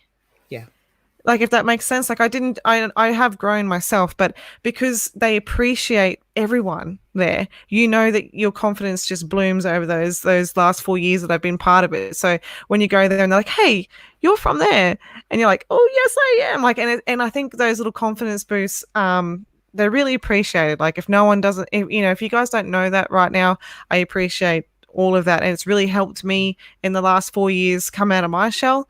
Like, you wouldn't have caught me sitting here probably so enthusiastic over something because I was too nervous. I was like, oh, if I do that, are they going to think I'm some weirdo that's like too excited over something? I'm like, who cares? If I have a passion for something, I'm going to share it with everybody. And whether you like it or not, everyone's entitled to an opinion. But I'm going to do this anyway. And yeah, definitely females are on the back foot of that, because it is getting better. And I think definitely now that there's a whole lot of us playing, we are getting more comfortable with it and we're getting more confident. And as soon as you walk in, you see one, I'm automatically just want to be like, oh, who's that? And I want to go over and say hello to them and give them a hug or congratulate them, or what are you playing? Like, show me. I'm not going to treat them any different to a guy, but I'm just like, yes, like, look at you go. I'm so happy. Yeah. It's funny with you say, like, you feel like you're carrying the flag for the female gender. There's been a couple of times where we've gone into a GW or Warhammer store, and I've got my 2 daughters with me, and I was like, oh, I've got to take a photo because at the moment girls outnumber boys. How often does this happen? That's the best. Yeah. No, it's awesome. And like, I'm just reflecting right now on my year with women in Warhammer. And I went to Adepticon last year, and I got to play two females in the doubles, which was amazing. It was like in 2 different games. I got to play a woman called Kelly, who's I'm now a Facebook friend with, and I got to play another woman, which was friggin' awesome. And then I came to Runax, which was a teams event. It was a 4-person teams event. And out of the 5 games I got to play with 2 girls. One was Monica with her corn, which was awesome. She was she thought she was the mother of Scarbrand, and like every time she took damage, she was just so excited and so happy. It was such a pleasant game. And then I got to play a girl called Seraphon Jess.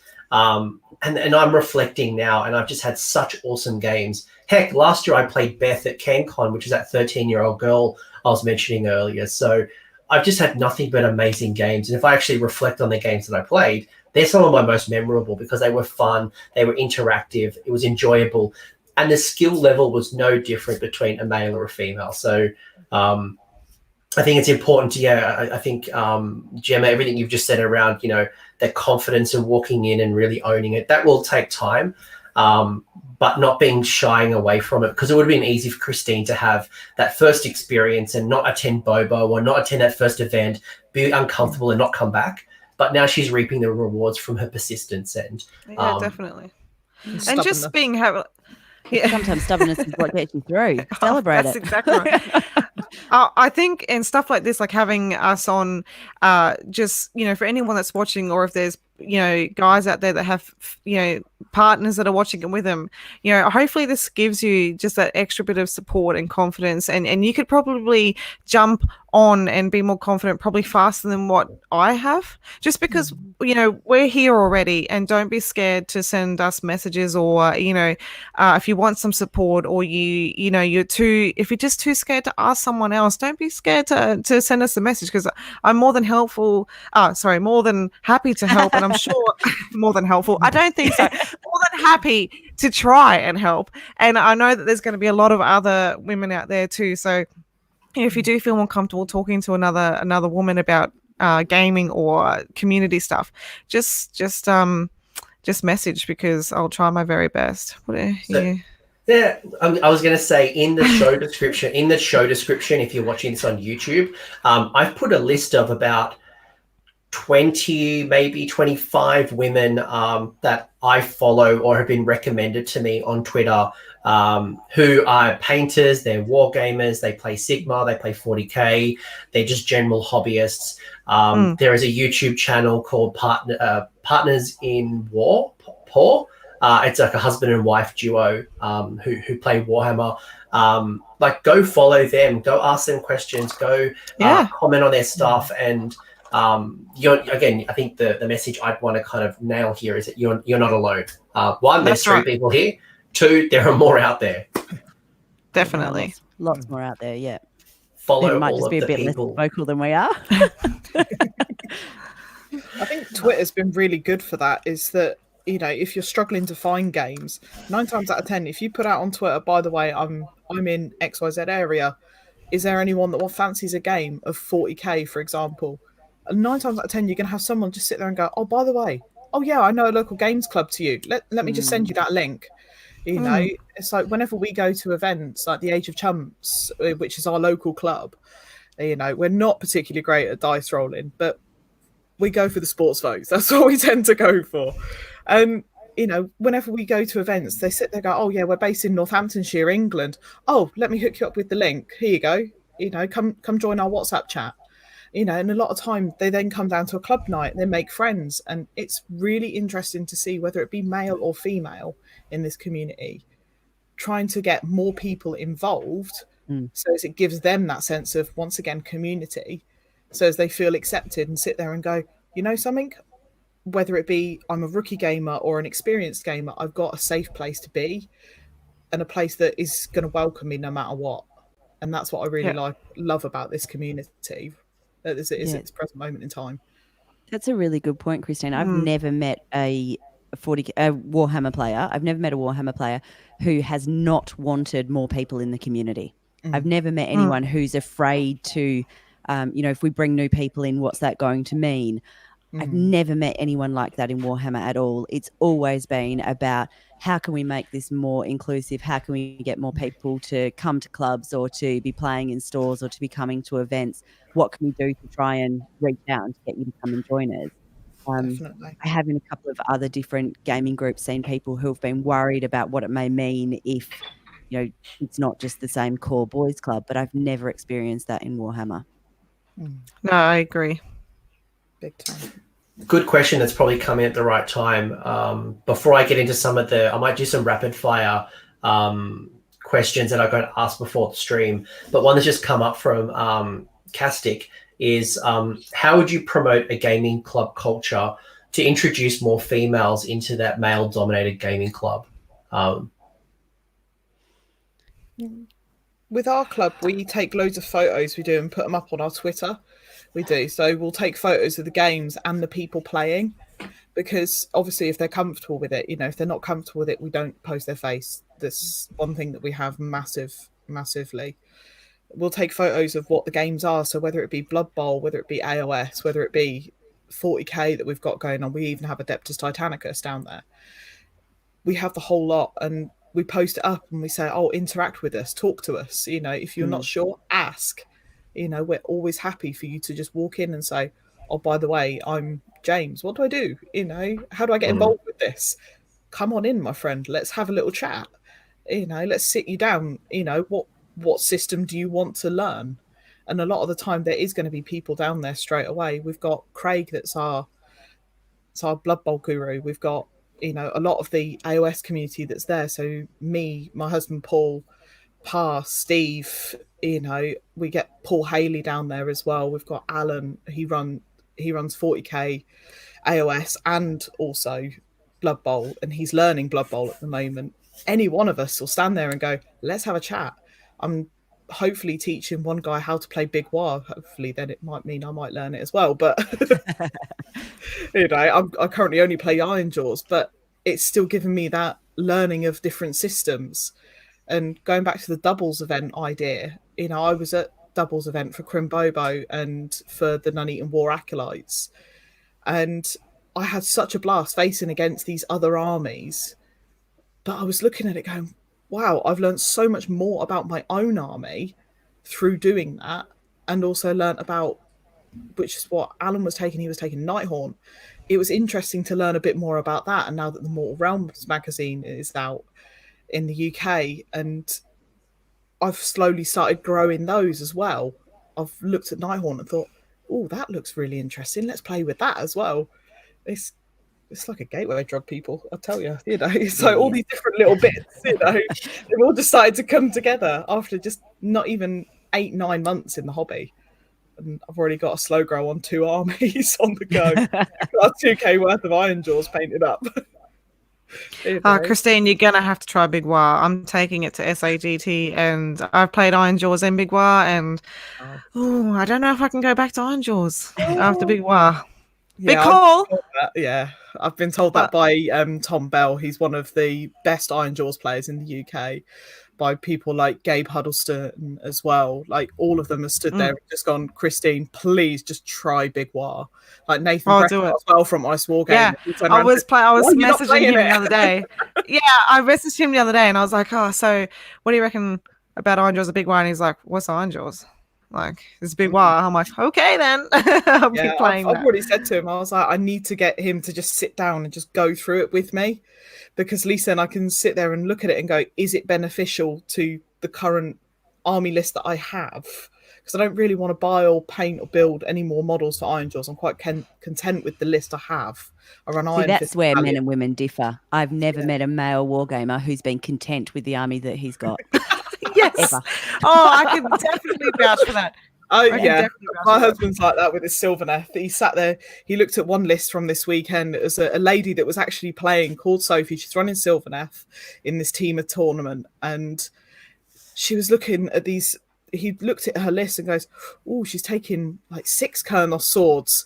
What if I ran that?" I was like, "Paul, you're supposed to be running Living City now. You're supposed to be working towards that. Please work on that." And he was like, "You should have seen how long it took for my partner to choose what army he was playing at SAGT next week." I can't even explain it. Magro, you would understand a little bit, but it was like the hardest thing. In the end, I was like, you know what? I have a coin here, and I'm going to flip it. If it's heads, you take this. For 15 years, I played one army.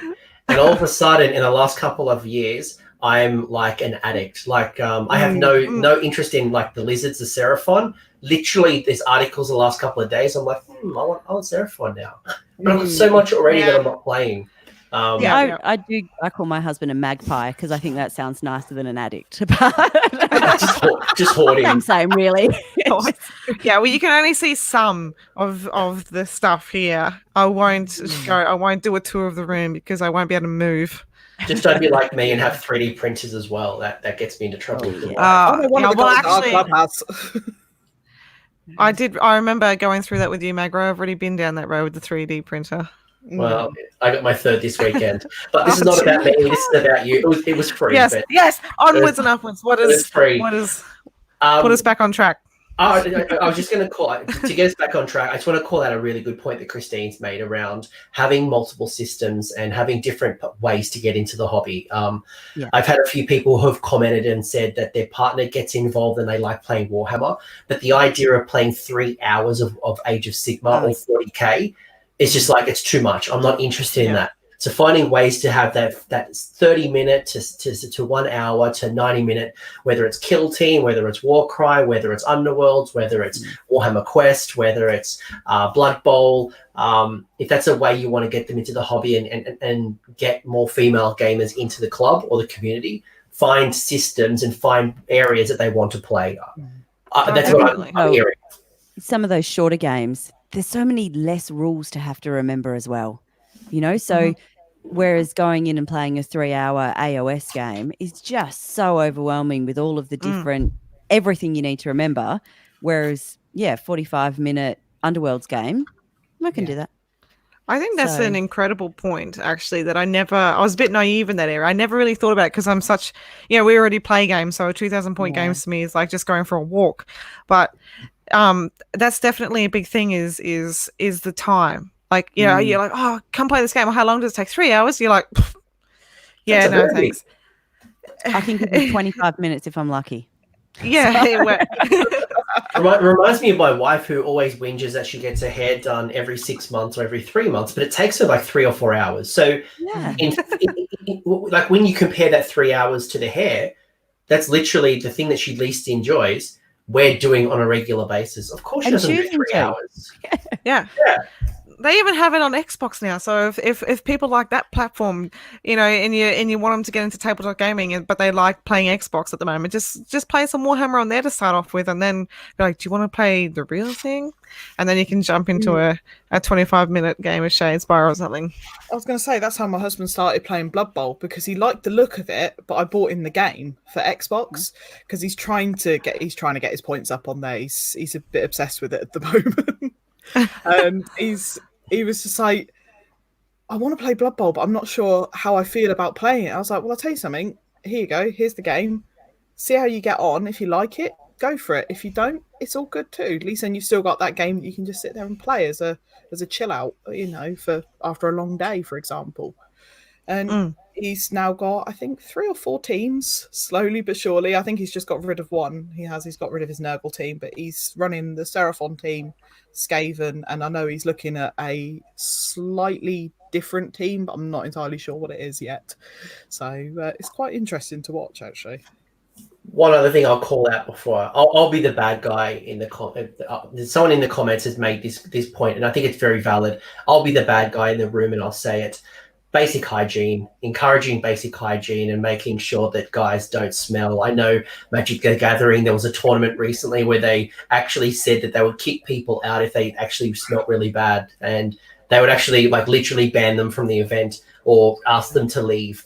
So encouraging basic hygiene and, trying to reduce the butt cracks and all that stuff that the stereotypical, it's not attractive. Like if I saw that and I walk into a game store and it smells, like what's the likelihood I'm going to come back? Probably none, whether I'm a man or a woman. I'll be the best. Yeah, there's a store over here, the Perth store, which was the first GW store that I ever went to. And for anyone from WA who's watching this, the Rain Square store, and it was disgusting. Like the sweaty teenage boy smell had seeped into the carpet and the walls, and it was just, you walked in and it hit you. So the boys would be inside looking at whatever they were looking at, and all the girlfriends would sit outside on the balcony because we couldn't stomach going into the store. And because of that, I actually so I generally do the briefing at the start of our events, and I start them all by going, there was a lovely ad for sun cream in the 90s, and it said apply yourself to reapply, and we encourage you to use that same rule for deodorant. You'll find cans of men's and women's deodorant over at the TO's table. Please allow yourself to apply that liberally throughout the day. If I walk around and offer it to you, it's not because you smell, but it is a lovely reminder to please feel free to give yourself a squirt. So yeah, definitely, it's a thing. No, it's true. So, if you want to encourage more women, that would be something to be very mindful of. Whether you're the tournament organizer and you do have some cans of deodorant in the bathrooms or at your table, or if you are doing friendly reminders, if someone is a little bit on the nose, obviously don't embarrass that person. But no, that's it. I offer it to everyone. That way, everyone experiences the same level of embarrassment, so everyone's equal. Everyone's embarrassed. Yeah, but nobody's singled out. So that I think that's you're not on the TO's mic like Billy, you stink. You stink. Please come forward to the TO table and collect some deodorant. Definitely. It has become probably one of the things in the players pack in the last sort of 12 months. It's been listed on there as it's like what you should bring, and then it has dice, rulers, tape, deodorant, and in bold. Actually, underlined, 2 sizes bigger. It's become a lot more prevalent. Like you see as a TO helping out with events too. You walk around and you if someone knocks over their bag or something, or they've got it sitting just on the desk next to them or something, so they remind each other. It's definitely become something that's people are more mindful of, and I thank everyone. Yeah, I might even go to Unilever for sponsorship, maybe for the next tournament that I run. Maybe every little gift bag has a can of Lynx. You joke, but I went to Lynx to ask for a sponsorship. I couldn't get it, but good luck. You should have asked me. I did actually work for Unilever some time ago, so could have got you some. But I'm going to ask some rapid fire questions because I know we were probably aiming for about 2 hours, and I'm conscious of people's time. I'm going to ask a bunch of rapid fire questions that the community has asked. Feel free to either, you all don't have to answer, but just if you feel compelled. So one question I've had is, do you feel like you have to prove yourself more as a female gamer? No. I just know I'm better. No, I'm kidding. But do you feel the pressure of having to know more? I never have, no. As much as you're joking, there are times where I feel that I have to be a lot more assertive in saying that actually I do know this and it's not okay for that to happen. And that wouldn't happen if you were talking to Mike. So that's not going to happen because you're talking to me. So, you know, I think that Gemma saying, I just know I'm better. I think it's really important to know that you know your stuff and to be able to call somebody out on it. So if you go into a store and somebody assumes that you're there to be buying something for your partner, call them out on it. Say, what makes you think that? And I will do that, and just with a smile, oh, what makes you think I'd be buying something for my husband? And them coming to that realization of going, oh, I just assumed. And yeah. I think confidence is another thing here too, like especially coming from a TO's perspective. Rules questions, obviously you're going to get asked a lot of those. We're obviously being a TO because we have some knowledge of it.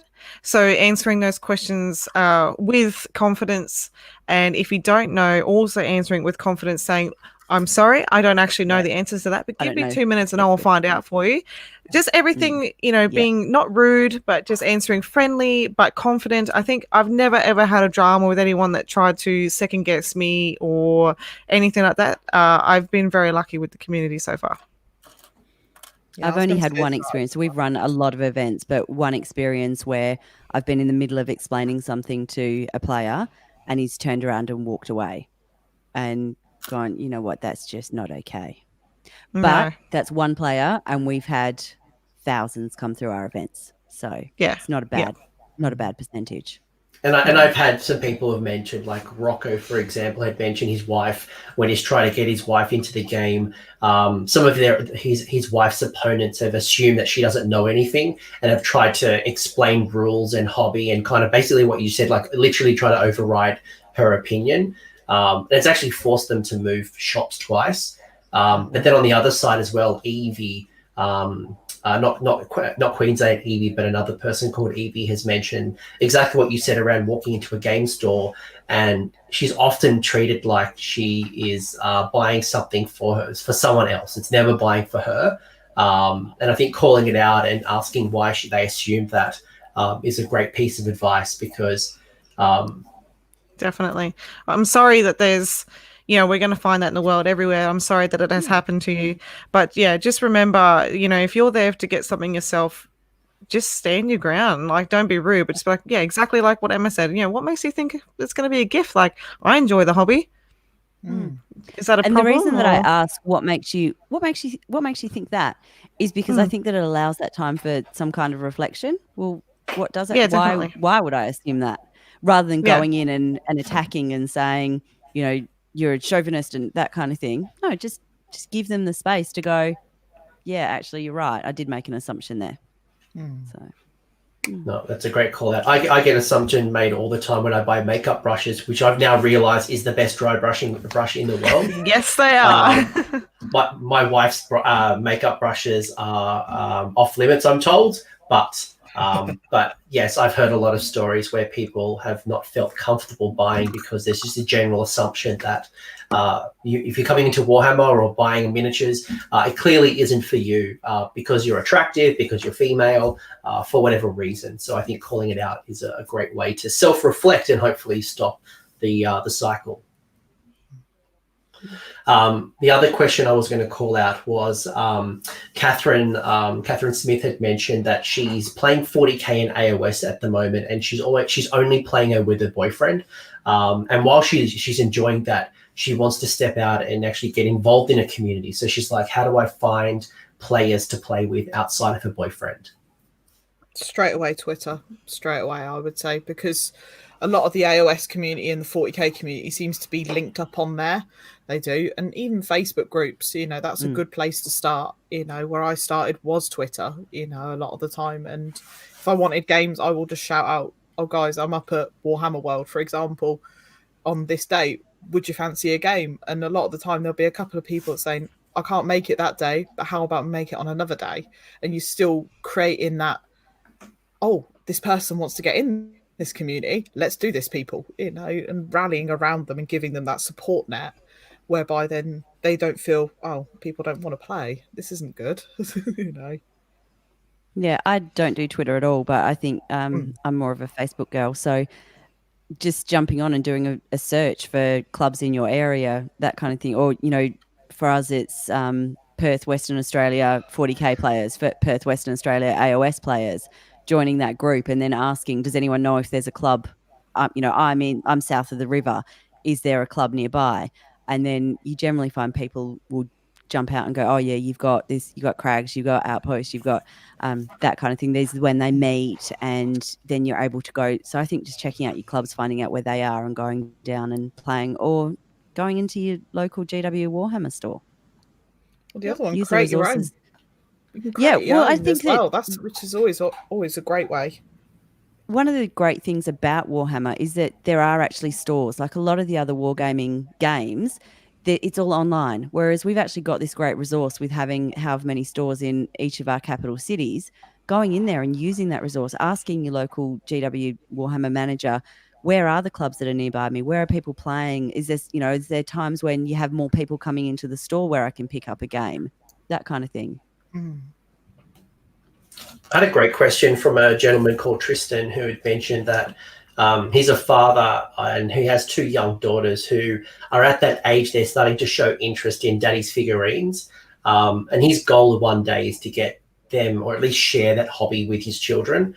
Do you have any recommendations around how he might introduce his daughters, who who at this age, very much are around fairies and unicorns and, princesses, and that's what they enjoy right now? Any thoughts around how, as they grow up, he can keep nurturing that interest in the hobby? Books. I have 2 daughters. I've got a 7-year-old and a almost 15-year-old. And my kids, all 3 of my kids, I've got a son as well in there who's 13. They have all painted Warhammer models from being old enough to hold a paintbrush. And my eldest is really into all the lore. So she's a huge mythology kind of person, and history and all of that kind of stuff. So for her, so it's finding your hook. For her, that's her hook. For my youngest, being able to paint, so I can't actually remember the name of the AOS models that she's painting. The ones that have got all the armor that are... Stormcast? Stormcast, thank you. I had a total mental blank then.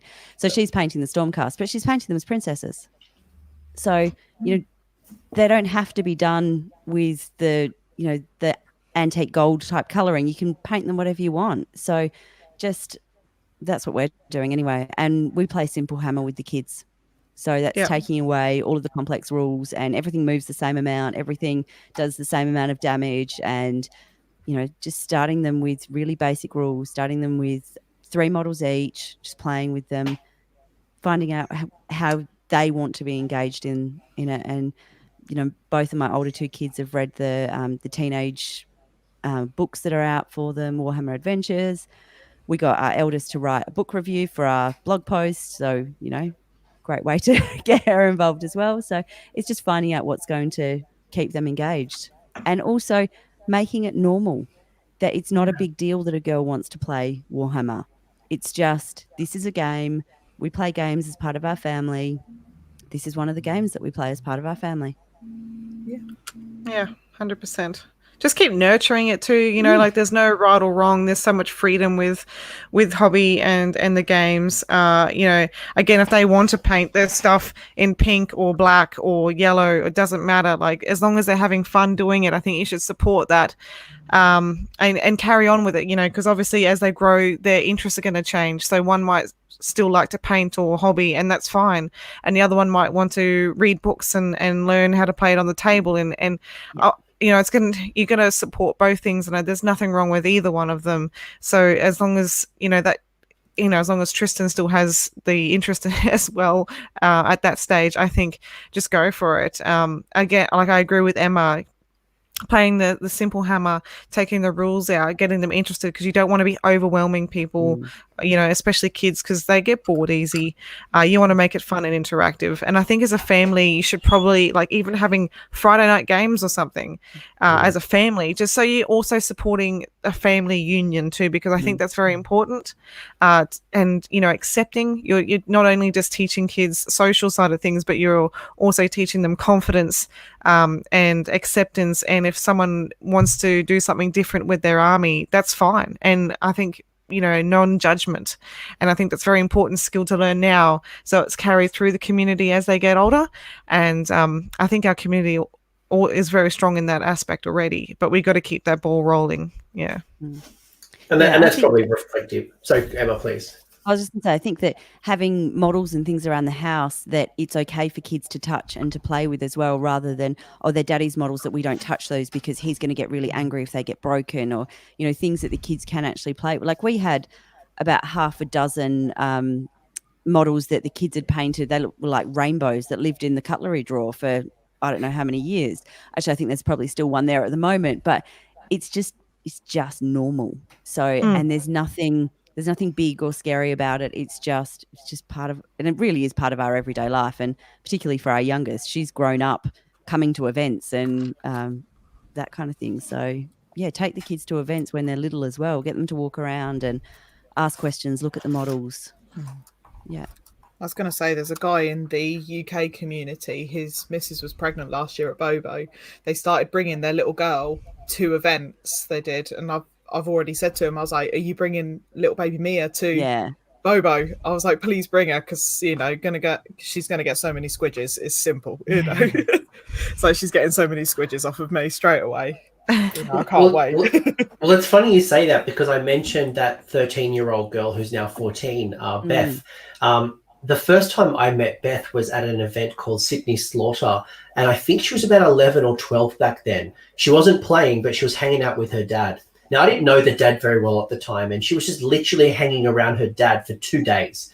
And I thought, man, this guy's a deadbeat dad. Like, why, if you were like divorced, like if you're divorced and this is like custody weekend, you're bringing your daughter who's like literally 11 and hanging out with you at a tournament for 2 days. But when I actually learnt the story, actually dad and mum are both war gamers. Mum's more of a board gamer, like a Blood Bowl type person, and he's definitely more of the wargaming type. But that exposure and that normalization has been fostered over time. And it's gotten to a point where she's very sassy now. Like, she gives absolute lip to the oldest person.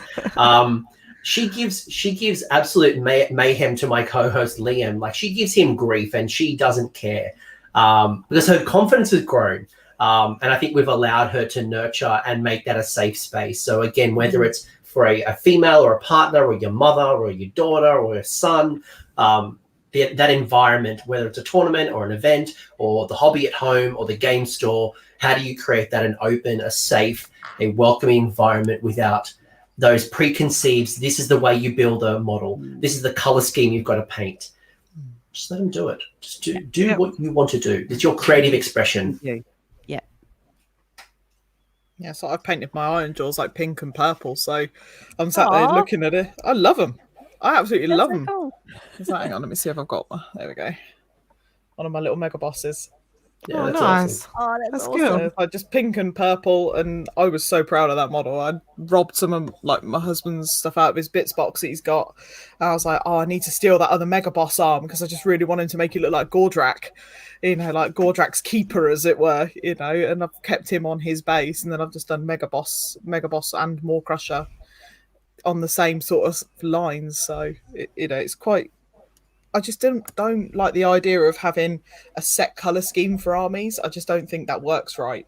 It's like for Daughters of Cain, a lot of the time they go very gothic, but I've gone more tribal, so I've incorporated some of the Seraphon, like the snakes, from that as well. And I'm currently using the Arch Revenant kit bashing up a little Sister Marathi, and then Big Sister Marathi, I'm just going to keep her as is because she is just exquisite as is.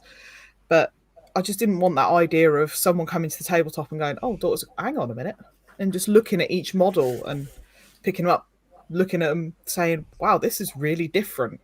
It's going to make it more interesting when kids come in and sit there and go, oh, wow, Dad, look at this. Because we game down in Northamptonshire, we've got the big shopping centre called Rushton Lakes, and there's a little shop in there called Magazine Heaven, and they run a games night once a month. And we were downstairs having our AOS game. It was 2 versus 1, my husband and our friend Reese, and I was playing on the other side, and this little kid came up and just started looking at my Maw Crusher. I picked him up and I was like, this is Maw Crusher, don't worry, he doesn't bite, he's nice. look at him. He's just look at his little face and just like bopping him on the nose. And the little kid just looked at his dad and was like, "Can I hold it?" And he goes, "Yeah, if the lady says yes." And I was like, "Of course you can. You know, don't drop it." "Oh, you're gonna drop him." And I was like, just making him like just jolt a little bit. And he was like, "Oh," and I was like, "It's okay, it's all good." And he just was like, "That's cool." And then just walked off. And he was like, "Yeah, you've had your 30 seconds of information out of him now. That's it. He's gone." And I was like, "Yeah, don't fuss me. If it gets a little kid looking at it going, that's cool, Dad, I want that." Yeah. You know, whether it be girl or boy, it doesn't matter. You know, paint your orcs pink. Paint your Space Marines rainbow. Like, it doesn't matter. By the way, speak of the devil, Beth actually just jumped in the comment section. So literally, like, didn't ask for that. I didn't message her, but shout out to Beth, and shout out to everyone who's making the great environments and the spaces that that we're all enjoying.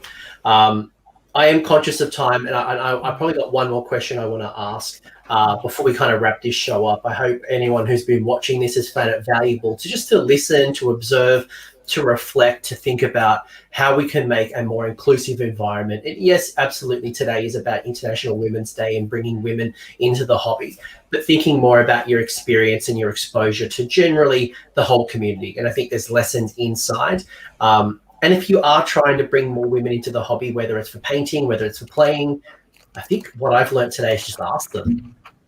Find out what they want. And if they're not coming, find out what they would like to see in the future. They don't bite. They're not scary. They don't have bell germs. I was going to say, it's like, are you sure? Yeah. No. I can't say that. I can't say that. But, you know, like, again, being a girl, being a woman doesn't make you any less of a player or a painter. What's in between your legs has no relevance here today in this gaming system. So I guess the last and final comment I'd want to ask is, what would you like to see in this hobby in the future? Is there any hopes, aspirations, dreams, things that you'd like to see as a female in Warhammer? Whether it's in your lifetime in the next year or, I don't know, whatever. I think the community is already in a really powerful position. It's wonderful as it is. I just want to see the continuation of support, growth, and pretty much stay on track. People just remember, you know, why we're doing this, who you are. Don't try and bring any toxicity into it, because you're not going to be supported and you'll end up losing something that you love. So if we just continue on the track that we're going, I think, and just continue with the support and the growth that we have got, I think that's going to be brilliant, because we've already started with only, you know, very few females, and now we've got lots. So I think we're already on the right track. So yeah, that's my opinion. Yeah, I would like to, as you say, Gemma, continue with the great communities that we've got and all the positive aspects. But I would really love to see us get to a point where we're not having this conversation, where it's not, you know, how do we get women into Warhammer? It's not an issue. You know, we shouldn't need to be talking about how do we, you know, create that gender equality in gaming. It should be a non-issue, and I really would love to see us get to a point where we're not talking about gender anymore. Yeah, because it's like everyone should be loved on and appreciated on in this hobby, regardless of, you know, your background, race, creed, you know, the whole 9 yards. It should all just be, we're all here to enjoy the one hobby that has brought us all together. Let's just enjoy it, you know, and love on each other. That, you know, and if people need support them. If they don't want that support, that's cool too, you know. You know. Yeah, look. That's absolutely my thoughts. And I was in two minds doing this episode as well, because I didn't want to put women on a pedestal. I didn't want to make this as a big issue, right? Like, you know, women need this special treatment, and, you know, because you're right. This shouldn't be a conversation. This is not a system that has hard rules that you've got a men's division and a women's division. There's nothing that stops a woman from playing this game because they don't have certain skills or mindset or abilities. They're the same. They're literally the same. There's nothing that separates us. However, is, though, that the women aren't doing it, so we do need to have this conversation. So there's nothing stopping us, yet women aren't doing it. And, I said equality. And I do wonder, when we talk about feminism, which is the other F word that we're not allowed to say, but when we talk about feminism, we talk about equality. We don't need equality. I think we need equity. And that's what we've been talking about today, is about what obviously women need additional support to get them either playing the game or to get them attending events. What can we do to offer that additional support to get women through the door? And once we've got them through the door, this is a great community. I think we're going to keep them there. But we do actually need that additional support. We need to be having conversations like this, to be able to reach out and to say, you know what, this space isn't just for men. You have a space in a gaming community as well, and it's okay for you to claim and own that space. Definitely. I couldn't have said it by myself.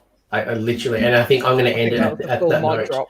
I think that's where we end the show. I think you've absolutely nailed it on the head. Christine, Gemma, Emma, thank you all very much for your honesty, your openness. I've personally learnt a lot, and as I think about my events, as I think about the tournaments that I'm attending and the interaction that I'm making, I'm going to certainly reconsider and think about the way I attempt to create this equity in the community. Is there any shout outs, any groups anywhere people want to find you, anything that you want to say before we kind of wrap this up? I might go to Gemma. She's probably the easiest one. I know she'll have some places that we can find Gemma more. Yeah, so I'm on Twitter as the Failed Charge, one of at Failed Charge, and I'm also on Facebook just as Gemma Shepherd. We do have a Facebook page called the Failed Charge as well. I'm on Instagram as Gemma Michelle. But yeah, just jump on any of those, send me requests or messages, whatever you need. I will definitely endeavor to help out as much as I can. As for shout outs, where do you start, Magra, in this day and age? Like, it's so hard because you don't want to forget anyone. Shout out to the Failed Charge podcast. It is a great podcast. They film battle reports. If you're not gonna own it, I will own it. I'm gonna get you to continue. Go check them out. They're awesome. Gemma, tell us why you're awesome. Because we're just normal plebs playing the game in the community. So we're just laid back people who just be ourselves, and I think that's something that's very important and not to forget is just be yourself.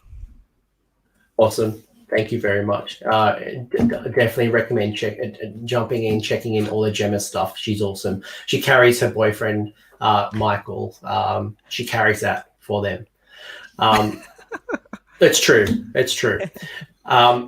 Emma, where can people find you? What's the shout that you want to make?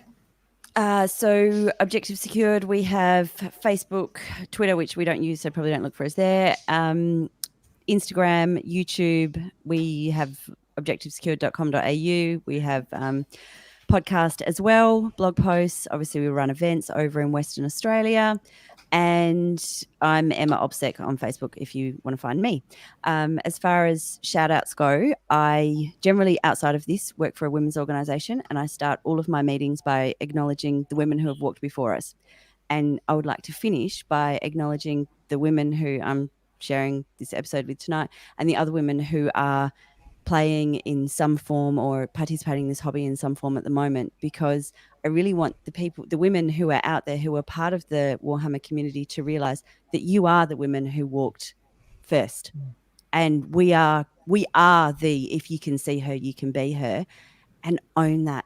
And I just want to shout out and say to all of the women who are part of this community in some way, you guys are absolutely fantastic for showing up. And thank you for being there. And all of the women, thank you for being role models for my daughters. I really appreciate that. That's my shout out. Lovely. Thank you. That's awesome. I also, just real quick, I probably should mention that we have a YouTube channel as well as a thanks, Emma.